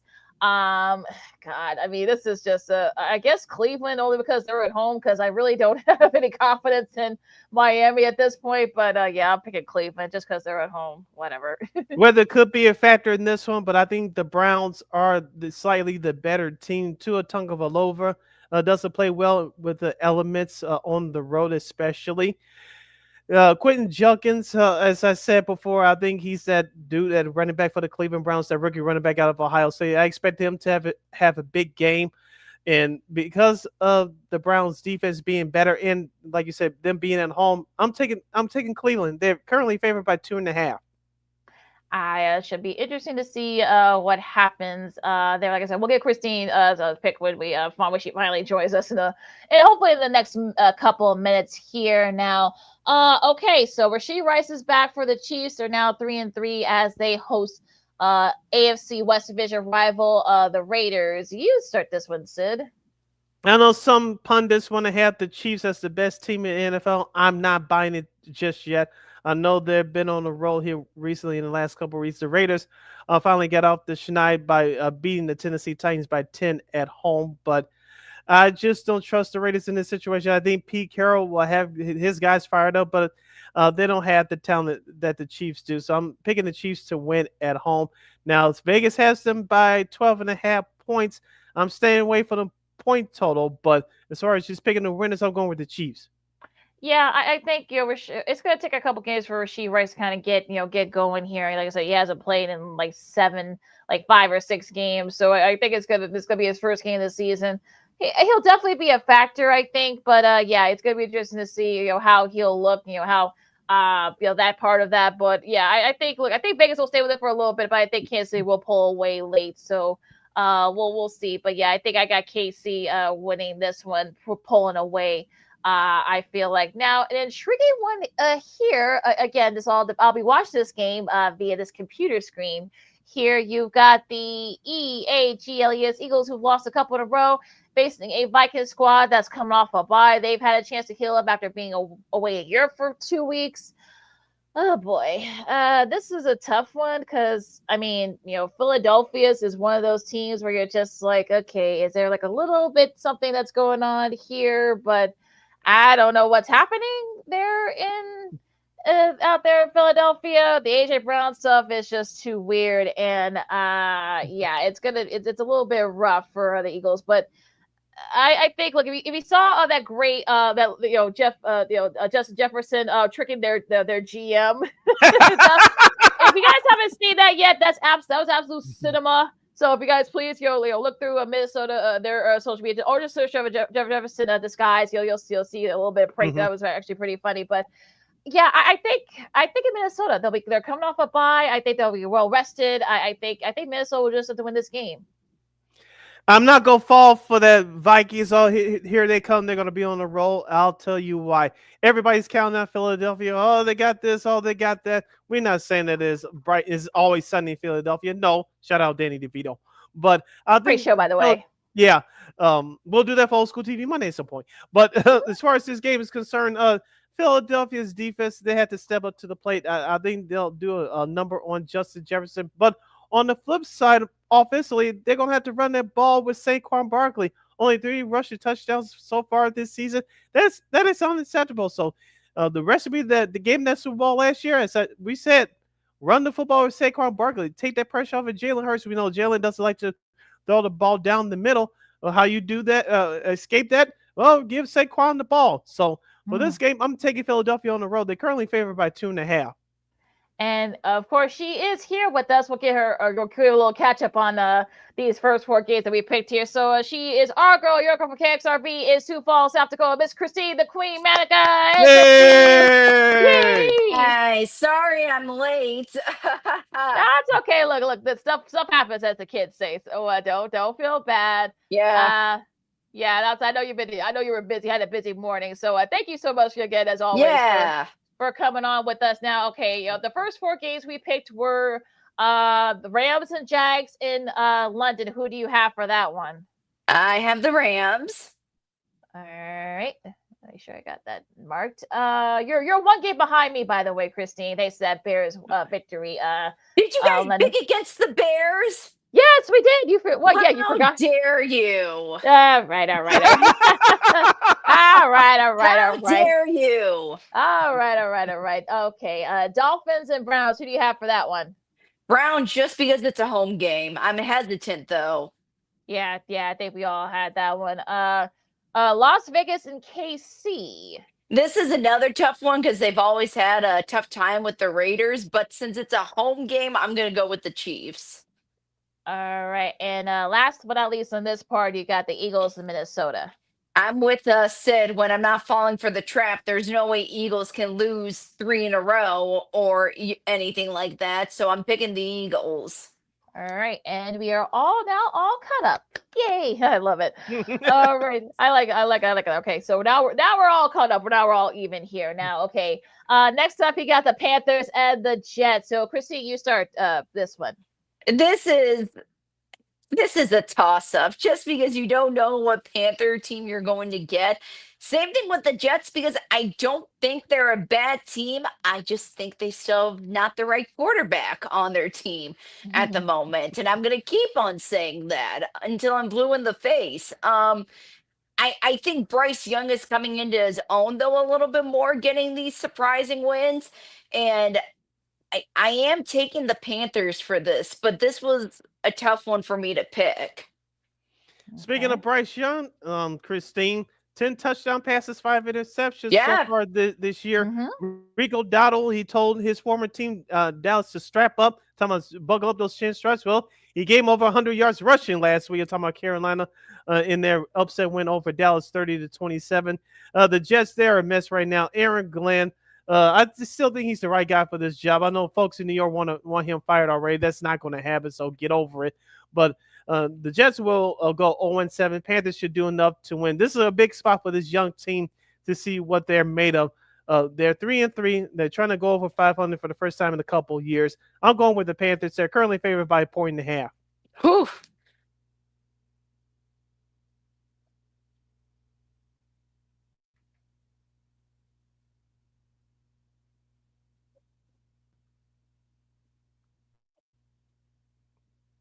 I guess LaKeena was frozen by my analysis. Yeah, I guess we lost LaKeena.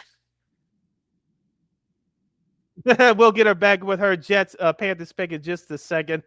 Finishing up the early slate of games, we will travel to Nissan Stadium in Nashville, Tennessee. The 4-2 New England Patriots. That's right, Mike Vrabel, the former player, now new head coach.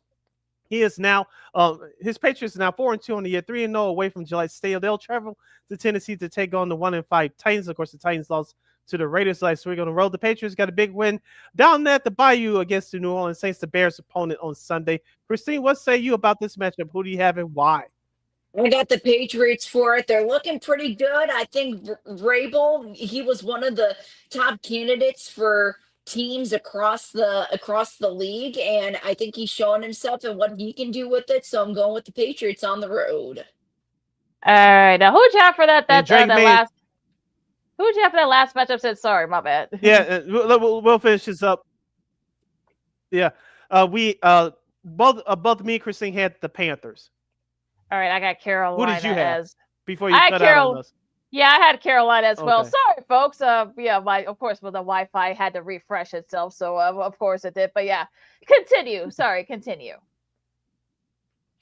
Yeah, we're on the Patriots and Titans right now. Me and Christine both picked the Patriots. Of course, the Patriots beat the Saints down to Bayou last week. Drake May is playing very well for the Patriots at quarterback. For the Titans, Calvin Ridley, their wide receiver, and Arden Key with the quad. They're both out for the Titans. LaKeena, will this be a complete sweep for you? Or how dare you take the Titans to pull off an upset at home? No, I'm not gonna be that crazy. I'll pick New England. I know. I know Brian Callahan's gone, but yeah, New England shouldn't. They're playing very well lately. I'll give.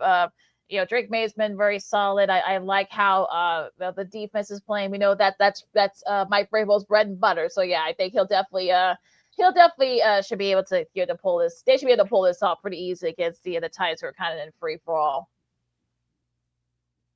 Yep, and the Patriots are 6.5-point favorites on the road. Wow. Oh gosh. Okay. So I guess Vegas knows something here now. Okay, let's go to the 3:00 games. You got the Giants and the Broncos, and suddenly this game actually is, I don't want to say intriguing, but I guess you could say that this should be an interesting game. Sid, you start this one. Oh, the rematch of Super Bowl 21 from the 1986 season. Will the Broncos finally get their lift back? Wow. Oh gosh. Oh gosh. Wow. Oh Jesus Christ. Christine, what you know about that? Boy, just from watching highlight reels, I guess. Oh yeah, that was. Yeah, Phil Sims. Phil Sims versus young John Elway. Ooh, boy. Yep. Now let's travel back into current times. The New York Giants, it looks like they finally have a quarterback there. The rookie Jack Sedart of Ole Miss. On the flip side, Bo Nix has not played that well this year. Hopefully he'll break out and have a good game for Christine's husband's sake, Chris. Broncos 4-2 right now, 2-0 at home. I think this is going to be another ugly defensive battle. It's going to come down to the running games. I'm looking forward to the running back matchup. Rookie running back Cam Scatterbo out of Arizona State for New York. On the flip side, J.K. Dobbins, who's bounced around a little bit from the University of Michigan. He's now found a home in Denver. He's been running the ball very well the last couple of weeks. So I'm going with Denver in a close one here. Vegas has them as a 7.5-point favorite. Christine, what say you? That seems high for Vegas, especially with how good the Giants are looking right now with Jackson Dart and Scatterbo. I mean, that seems a little bit more than what it should be. It is the Mile High City, so it is a little bit tougher to play in that stadium. I still like what Bo Nix and Sean Payton are doing right now, and I think they're going to continue that, especially in front of their home crowd. So it will be close. I'm going to go with the Broncos for this. Yeah, that 7.5 is a little bit high. I think the Giants will just I know they'll keep it close, but I think that Mile High Air will probably get to them a little bit later on in that one. So yeah, I'm picking the Broncos for this one. And the other game now, to note though, most folks in Chicago, of course, CBS they only have the single game this week. Fox got the double header, and most of the people in Chicago, and I believe in where you're.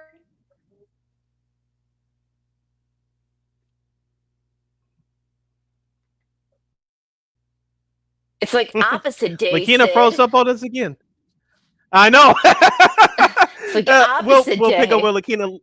Yeah, I know. We'll pick up where LaKeena left off. It's the Indianapolis Colts 5-1. They'll take on the 4-2 Los Angeles Chargers, as we call them on this show, the San Diego Chargers of Los Angeles.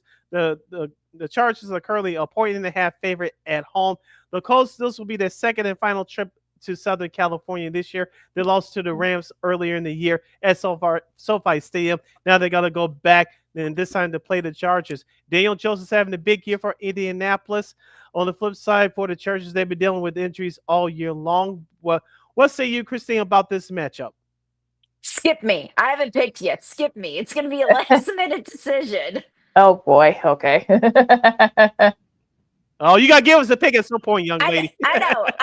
I'm going to wait for you two, and then I'm going to make up my mind. That's what I said I'm going to do. So skip me for now. Don't let me go first for this. Oh, Jesus. Slick. Yeah, she's trying to be slick, LaKeena. Don't fall for it.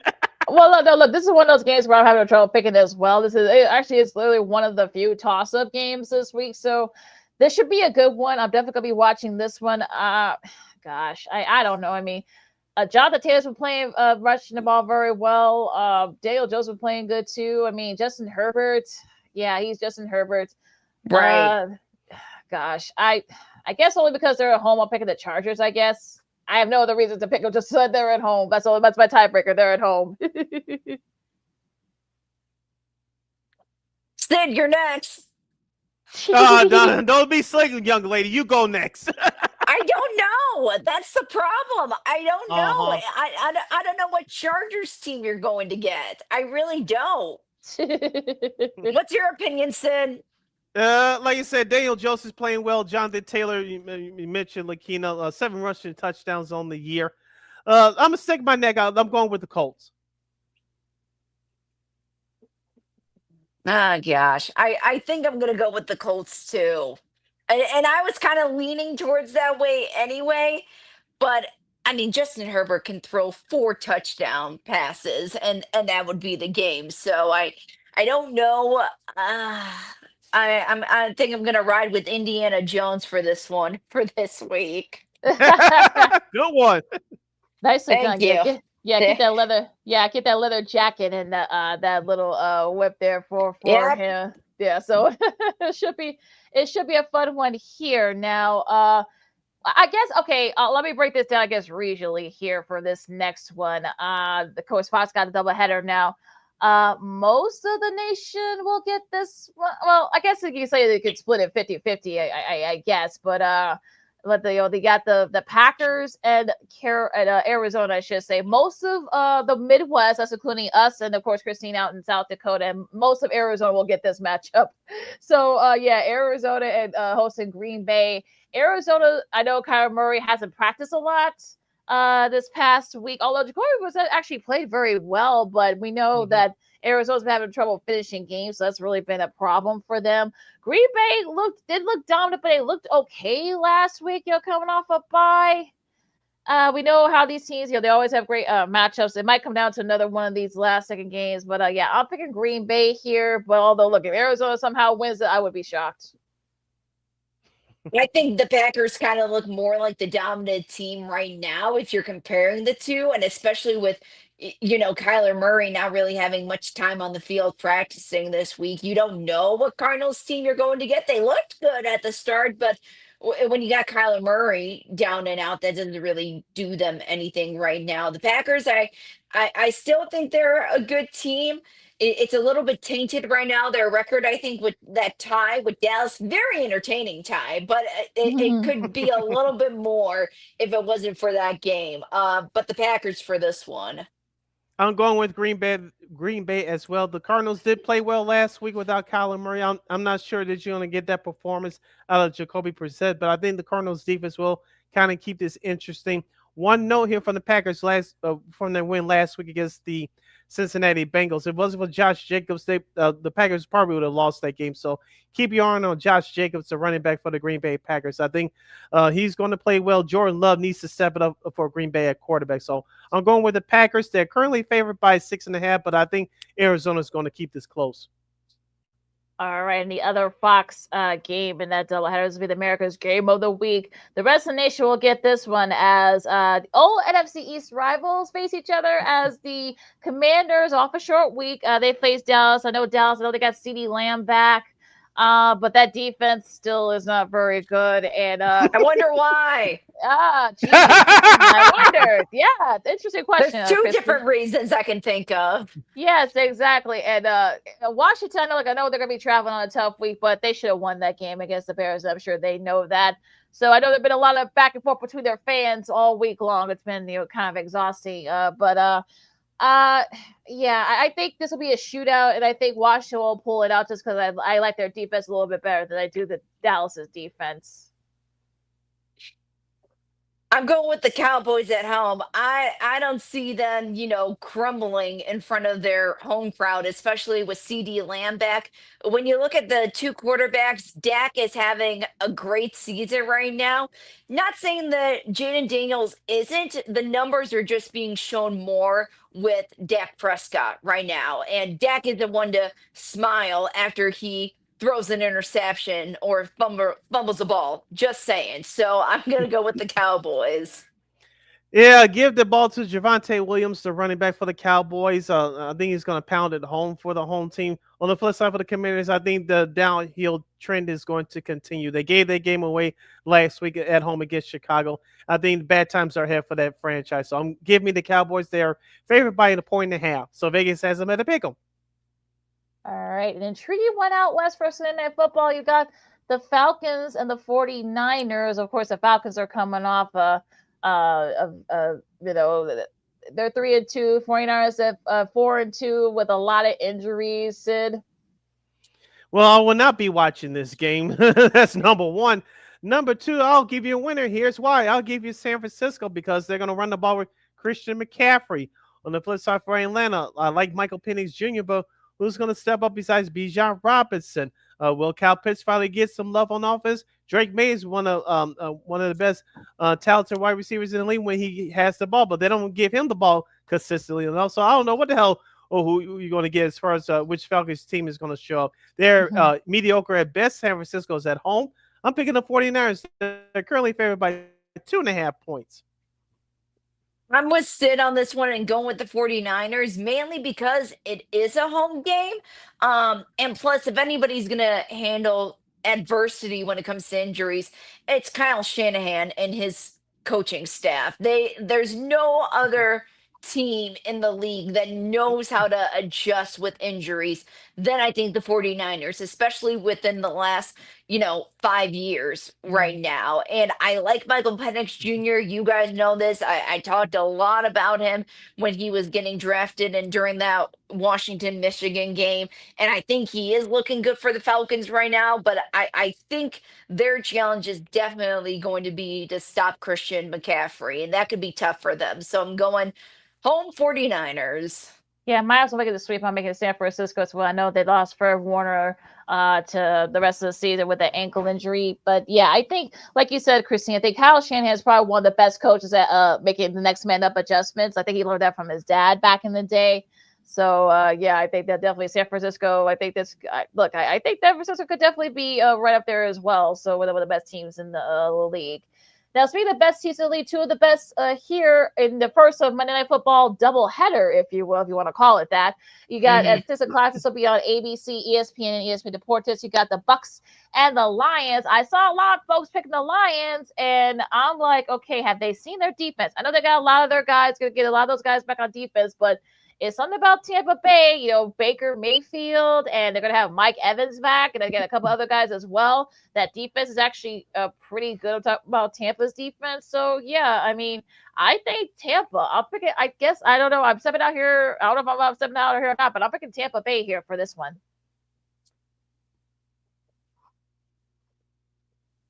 Christine doing that little trick again? No. She's thinking. She's deep in thought, folks. No. I have my pick, but this one was another tough one for me just because I love Baker Mayfield. I am the biggest Baker Mayfield supporter out there.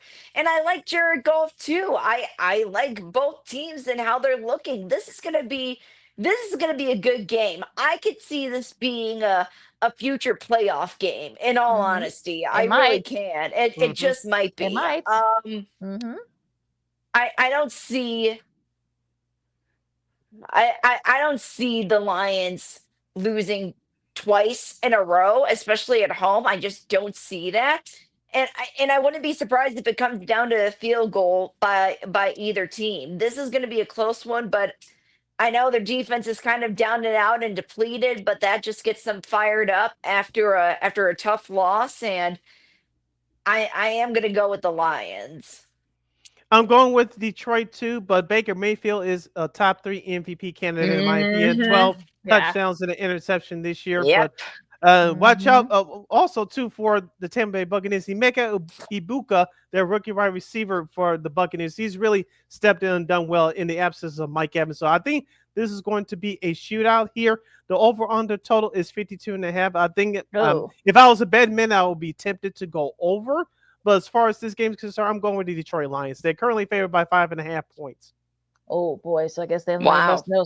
Wow, 5.5. That's kind of high, but yeah, they must know something. I guess we don't here now. The other Monday you night, can change your mind, LaKeena. It's fine. Oh no, I'm taking Tampa. I'm sticking to my Tampa pick, but it'll be a shootout there too. So we'll see what happens there. But look, would I be wrong? Would I be surprised if Detroit loses? Detroit wins this game? No, I don't think so. I think Detroit definitely has the talent, but I think the defense is a little bit iffy for me right now, but we'll see what happens. Now, the other Monday night game, the late game, you got the Texans and Seattle. Texans coming off a bye.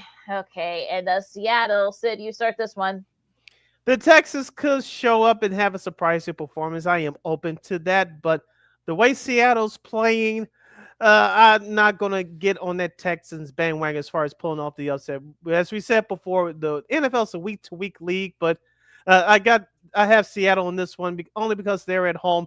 And Kenneth Walker III is starting to rev it up in the running game for the Seattle Seahawks. Sam Darnold's having a nice year for the home team. 11 touchdowns to 3 interceptions.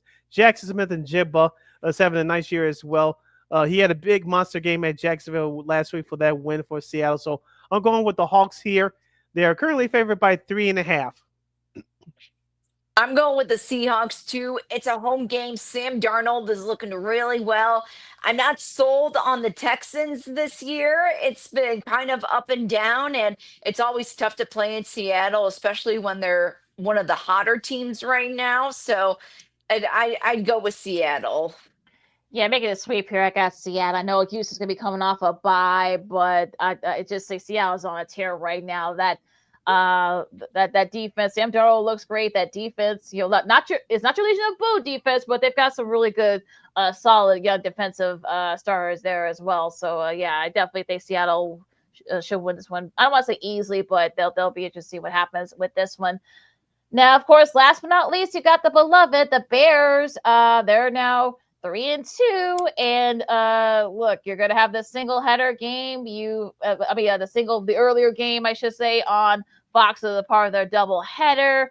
Okay, you got Kevin Kluger. I'm sure Caleb has talked to Daryl Moose Johnson this week.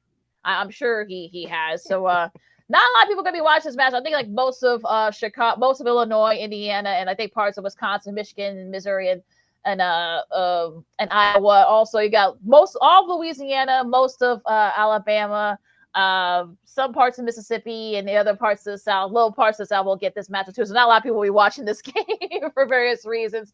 Like I said, this could be a trap game. And let me get the injury report. I know our girl Deion Miller from ABC7, friend of the show, just reposted. Let me see if I can get that up here for a second. No, I think I thought somebody had it. Darn it! I think it's our girl Caitlin Sharkey from another friend of the show from WGN.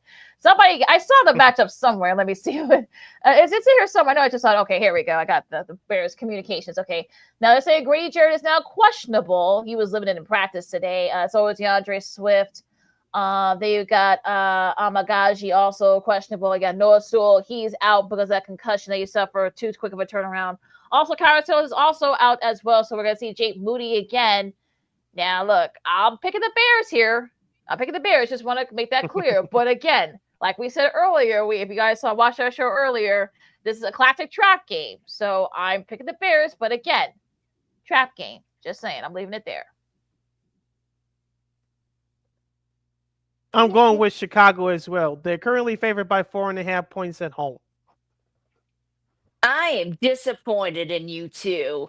Ye of little fade of the Chicago Bears. I am disappointed. I think they looked really good. And you could say what you want about the Commanders. I don't see it, especially that grit and that teamwork that they put in to get that win in Washington D.C. It was so much fun to watch. I'm gonna withhold my judgment about the broadcast team because I do think there was a little bit of bias that played into it. I know Vikings fans, they complain about them all the time, saying that they always have some hate thrown at them. But I think it was pretty evident this weekend, or this past Monday, I should say, when that's all I see on my social media feed is different jokes about, you know, the broadcast team going after the Bears. And even Caleb said it himself in his social media post this week. Ben Johnson was pretty open about that too, without saying the name. So I digress. I get off my soapbox. In reality, it's the Bears. They're going to be 4-2 by the end of this weekend. I can just feel it. It could be a good battle with the Saints just because, like LaKeena said, it could be a trap game, but the Bears are going to come out of this in the end. All right. On that note, that is your schedule and your picks for NFL Week 7. As you listen to Second City Sports on Sports Chicago, LaKeena McGee, Sidney Brown, our girl Christy Mann from KXRB. We're about to wrap things up here for these next few minutes. Now, a couple of sports media news. A friend of the show, she was one of the first people that came on with us. We were doing, with Sid and I were doing this show during the height of the pandemic. Miss Shay Pepler Cornett has been named the new ESPN First Take moderator. She'll make her official. Yeah. Well deserved. Yeah, definitely on Monday, November 3rd. So mark your guys' calendars there. Now, will this mean that I'll be watching First Take more because our girl's gonna be on it? No, but I will watch more clips. But yeah, look, I've seen her on it. Look, she's not gonna she's from the Midwest. She's not gonna take no crap from Stephen A. So I'm not worried about her. And with Cam Newton and Bart Scott and the rest of that, Dan Orlovsky, and the rest of that group, she'll be just fine. So I'm very proud of her. I know she worked here at the Fox affiliate, Fox Chicago, for about 4 or 5 years. We know her husband Jordan Cornett's doing great things down there over at NBC with their college hoops coverage. It's gonna be starting again. So yeah, I'm so proud of her. I know we're all proud of her. So she's gonna kill it. So I'm excited for her. I was so lucky and fortunate enough to intern with her. She was, at Fox 32 when I was an intern, and I've learned so much from her. And I mentioned it to her the other day on Twitter, how she's just going to kill it. She's going to be awesome at it. She's not going to take any garbage from Stephen A. or Cam, Mad Dog, any of those guys. She's got a good head on her shoulders, and I think they picked the perfect person to take that position. So very excited to see her.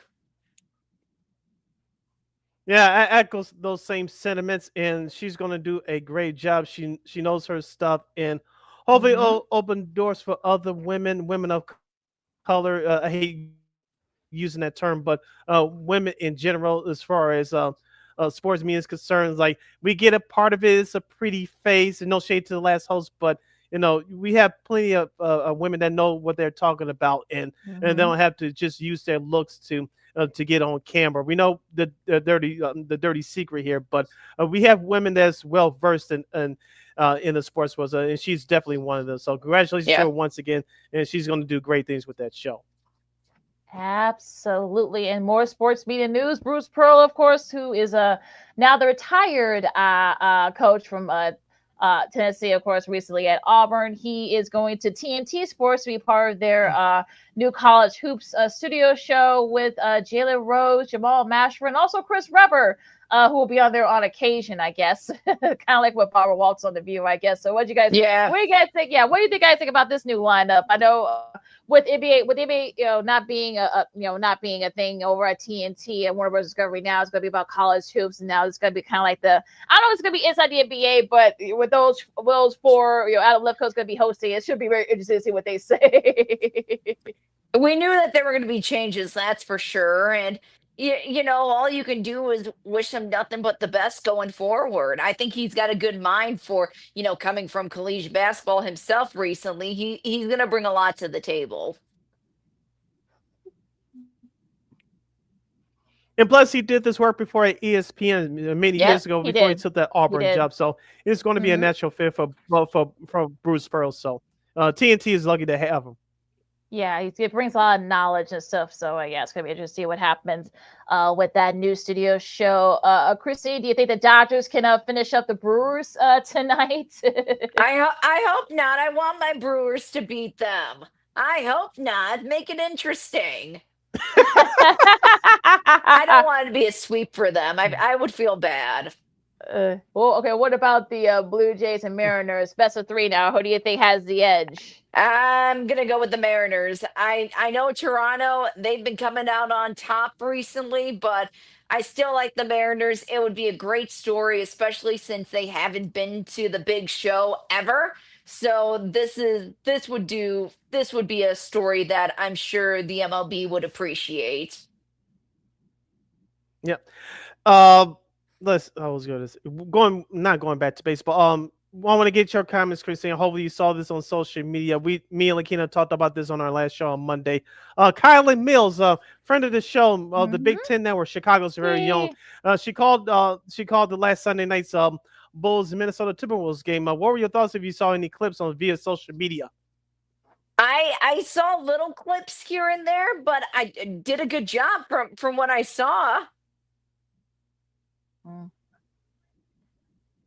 Yeah. Sorry, don't have much to say. I really didn't see much of it. Well, you'll do though. Just go through her social media. You can see she has a lot of clips on her Instagram. So that's the I'm sure we'll probably see more of that with her. I know she's been super busy. So like I said, we said it on Monday, so we're very proud of her now. Well, Kevin O'Connell just announced who's going to be the QB for the Eagles. It'll be Carson Wentz. So that'll be it. Look, that'll be a story there. Carson Wentz against his former team. So boy. Now I really am going to see this game coming up. Oh my God, this is going to be so funny. I have no comment. Yeah, I know we're running up. Against. We got to get up out of here. But one last question for me, Christine. Tomorrow night's game, me and LaKeena said it could be an elimination game as far as the college football playoff.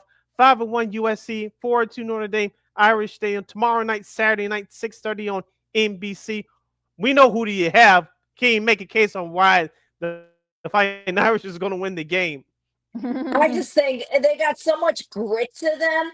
Jeremiah Love, he's going to be a first-round pick, if not maybe number 1 if the quarterback situation for this draft class doesn't look too promising, I guess you can say. He's definitely up there when it comes to the draft.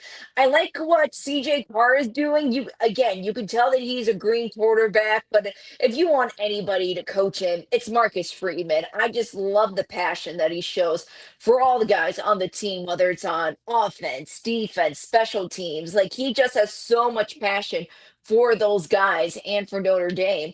And with USC, I wish I was going to this game tomorrow because it's such a historic rivalry between the two programs, and this is the time to get in with USC, just because it is a different period now. 2 years without Caleb Williams, and ever since his last year, Caleb Williams' last career at USC, Notre Dame's been pretty much leading the way for this rivalry, especially being at home at South Bend. Sold out game. The crowd's going to get really pumped up for this one. It will be close. I will say that. I think it will be close. It could be a similar Texas A&M situation too. And of course I want the Irish to win. I want them to win every single game so they at least have a fighting chance in the playoffs.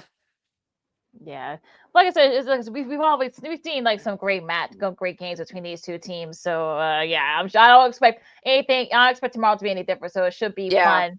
it should be a fun atmosphere. Although it might rain, I know some people say that we see that, but it could be a factor in some of these games in the Midwest. So we'll see what happens. But yeah, it should be a fun one. Now, real quick, now of course the Aces swept the Mercury to win the WNBA title again. So are they now officially a dynasty? And is Asia Wilson make a case for being one of the all-time greats in the WNBA? Oh, I think she definitely is going to be known as one of the greats in the WNBA. And either way, it was so exciting for people here in the Sioux Empire just because two head coaches from South Dakota, I mean, making it to the big stage for the WNBA. I hope that type of spotlight continues for both of those coaches. And I still think I see Becky Hammon being a coach in the NBA one day. She was, mentored by Greg Popovich. There was no one better in that league than Greg Popovich to bring someone up in the ranks and to teach them the ropes. And I still think she has that ability to do that, to be, the first head coach in the NBA for a female. One word, yes. Yeah, yes. I agree. Yeah, I agree. I think she definitely has the credentials now. So yeah, I'm sure she'll definitely get a shot, perhaps. I'm sure at some point. Now, anything else, guys, before we disperse? Let's get out of here. Yeah. Well, we also a special note. Bob Myers, of course, a longtime GM for Golden State. He is leaving ESPN. He was there the last couple of years. He's actually leaving to lead the Harris Blitzer Group as president of sports. So this is sort of kind of like his background before he became the Golden State GM. Of course, they won 4 titles during his run with Steph and Draymond and Clay and them. So yeah, he's leaving his role to become a full-time business with sort of his background anyway. So he'll be leading with teams like the Sixers and the Devils and the Crystal Palace and the Premier League. So he's definitely going to step up in class, that's for sure. Yeah, I'm gonna miss him putting Stephen A in his place during those ESPN studio shows. Right? Yes, that was the best part about that he was willing to maybe get paid more not to do that anymore. So we'll see. Right. Yeah, I'm still holding out hope that he becomes a Bulls GM at some point. Please, for the love of God. But that'll never happen, I'm sure. But yeah. So Sid, take us home, Sid. All right. You can follow yours truly on the Twitter, X, and the IG at SidKid80. Once again, it's SidKid80. That's SIDKID80. That's SIDKID80. Christine, where can the lovely people follow you on social media? They can follow me at Manika_KXRB on Twitter or X. And also, you can follow me at Keena McGee on the Twitter, X, and McGee on the IG. Be sure to download the Sports Zone Chicago app wherever you get your apps. Please follow Sports Zone Chicago on all social media platforms on Facebook, X, Instagram, and YouTube. And make sure you catch us live in living color every Monday, every Friday from 12:15 to 2:15 p.m. Central Standard Time right here on Sports Zone Chicago. One more again, as the kids would say. Be sure to catch Sports Zone Chicago's Second City Sports live in living color every Monday, every Friday from 12:15 to 2:15 p.m. Central Standard Time right here on Sports Zone Chicago.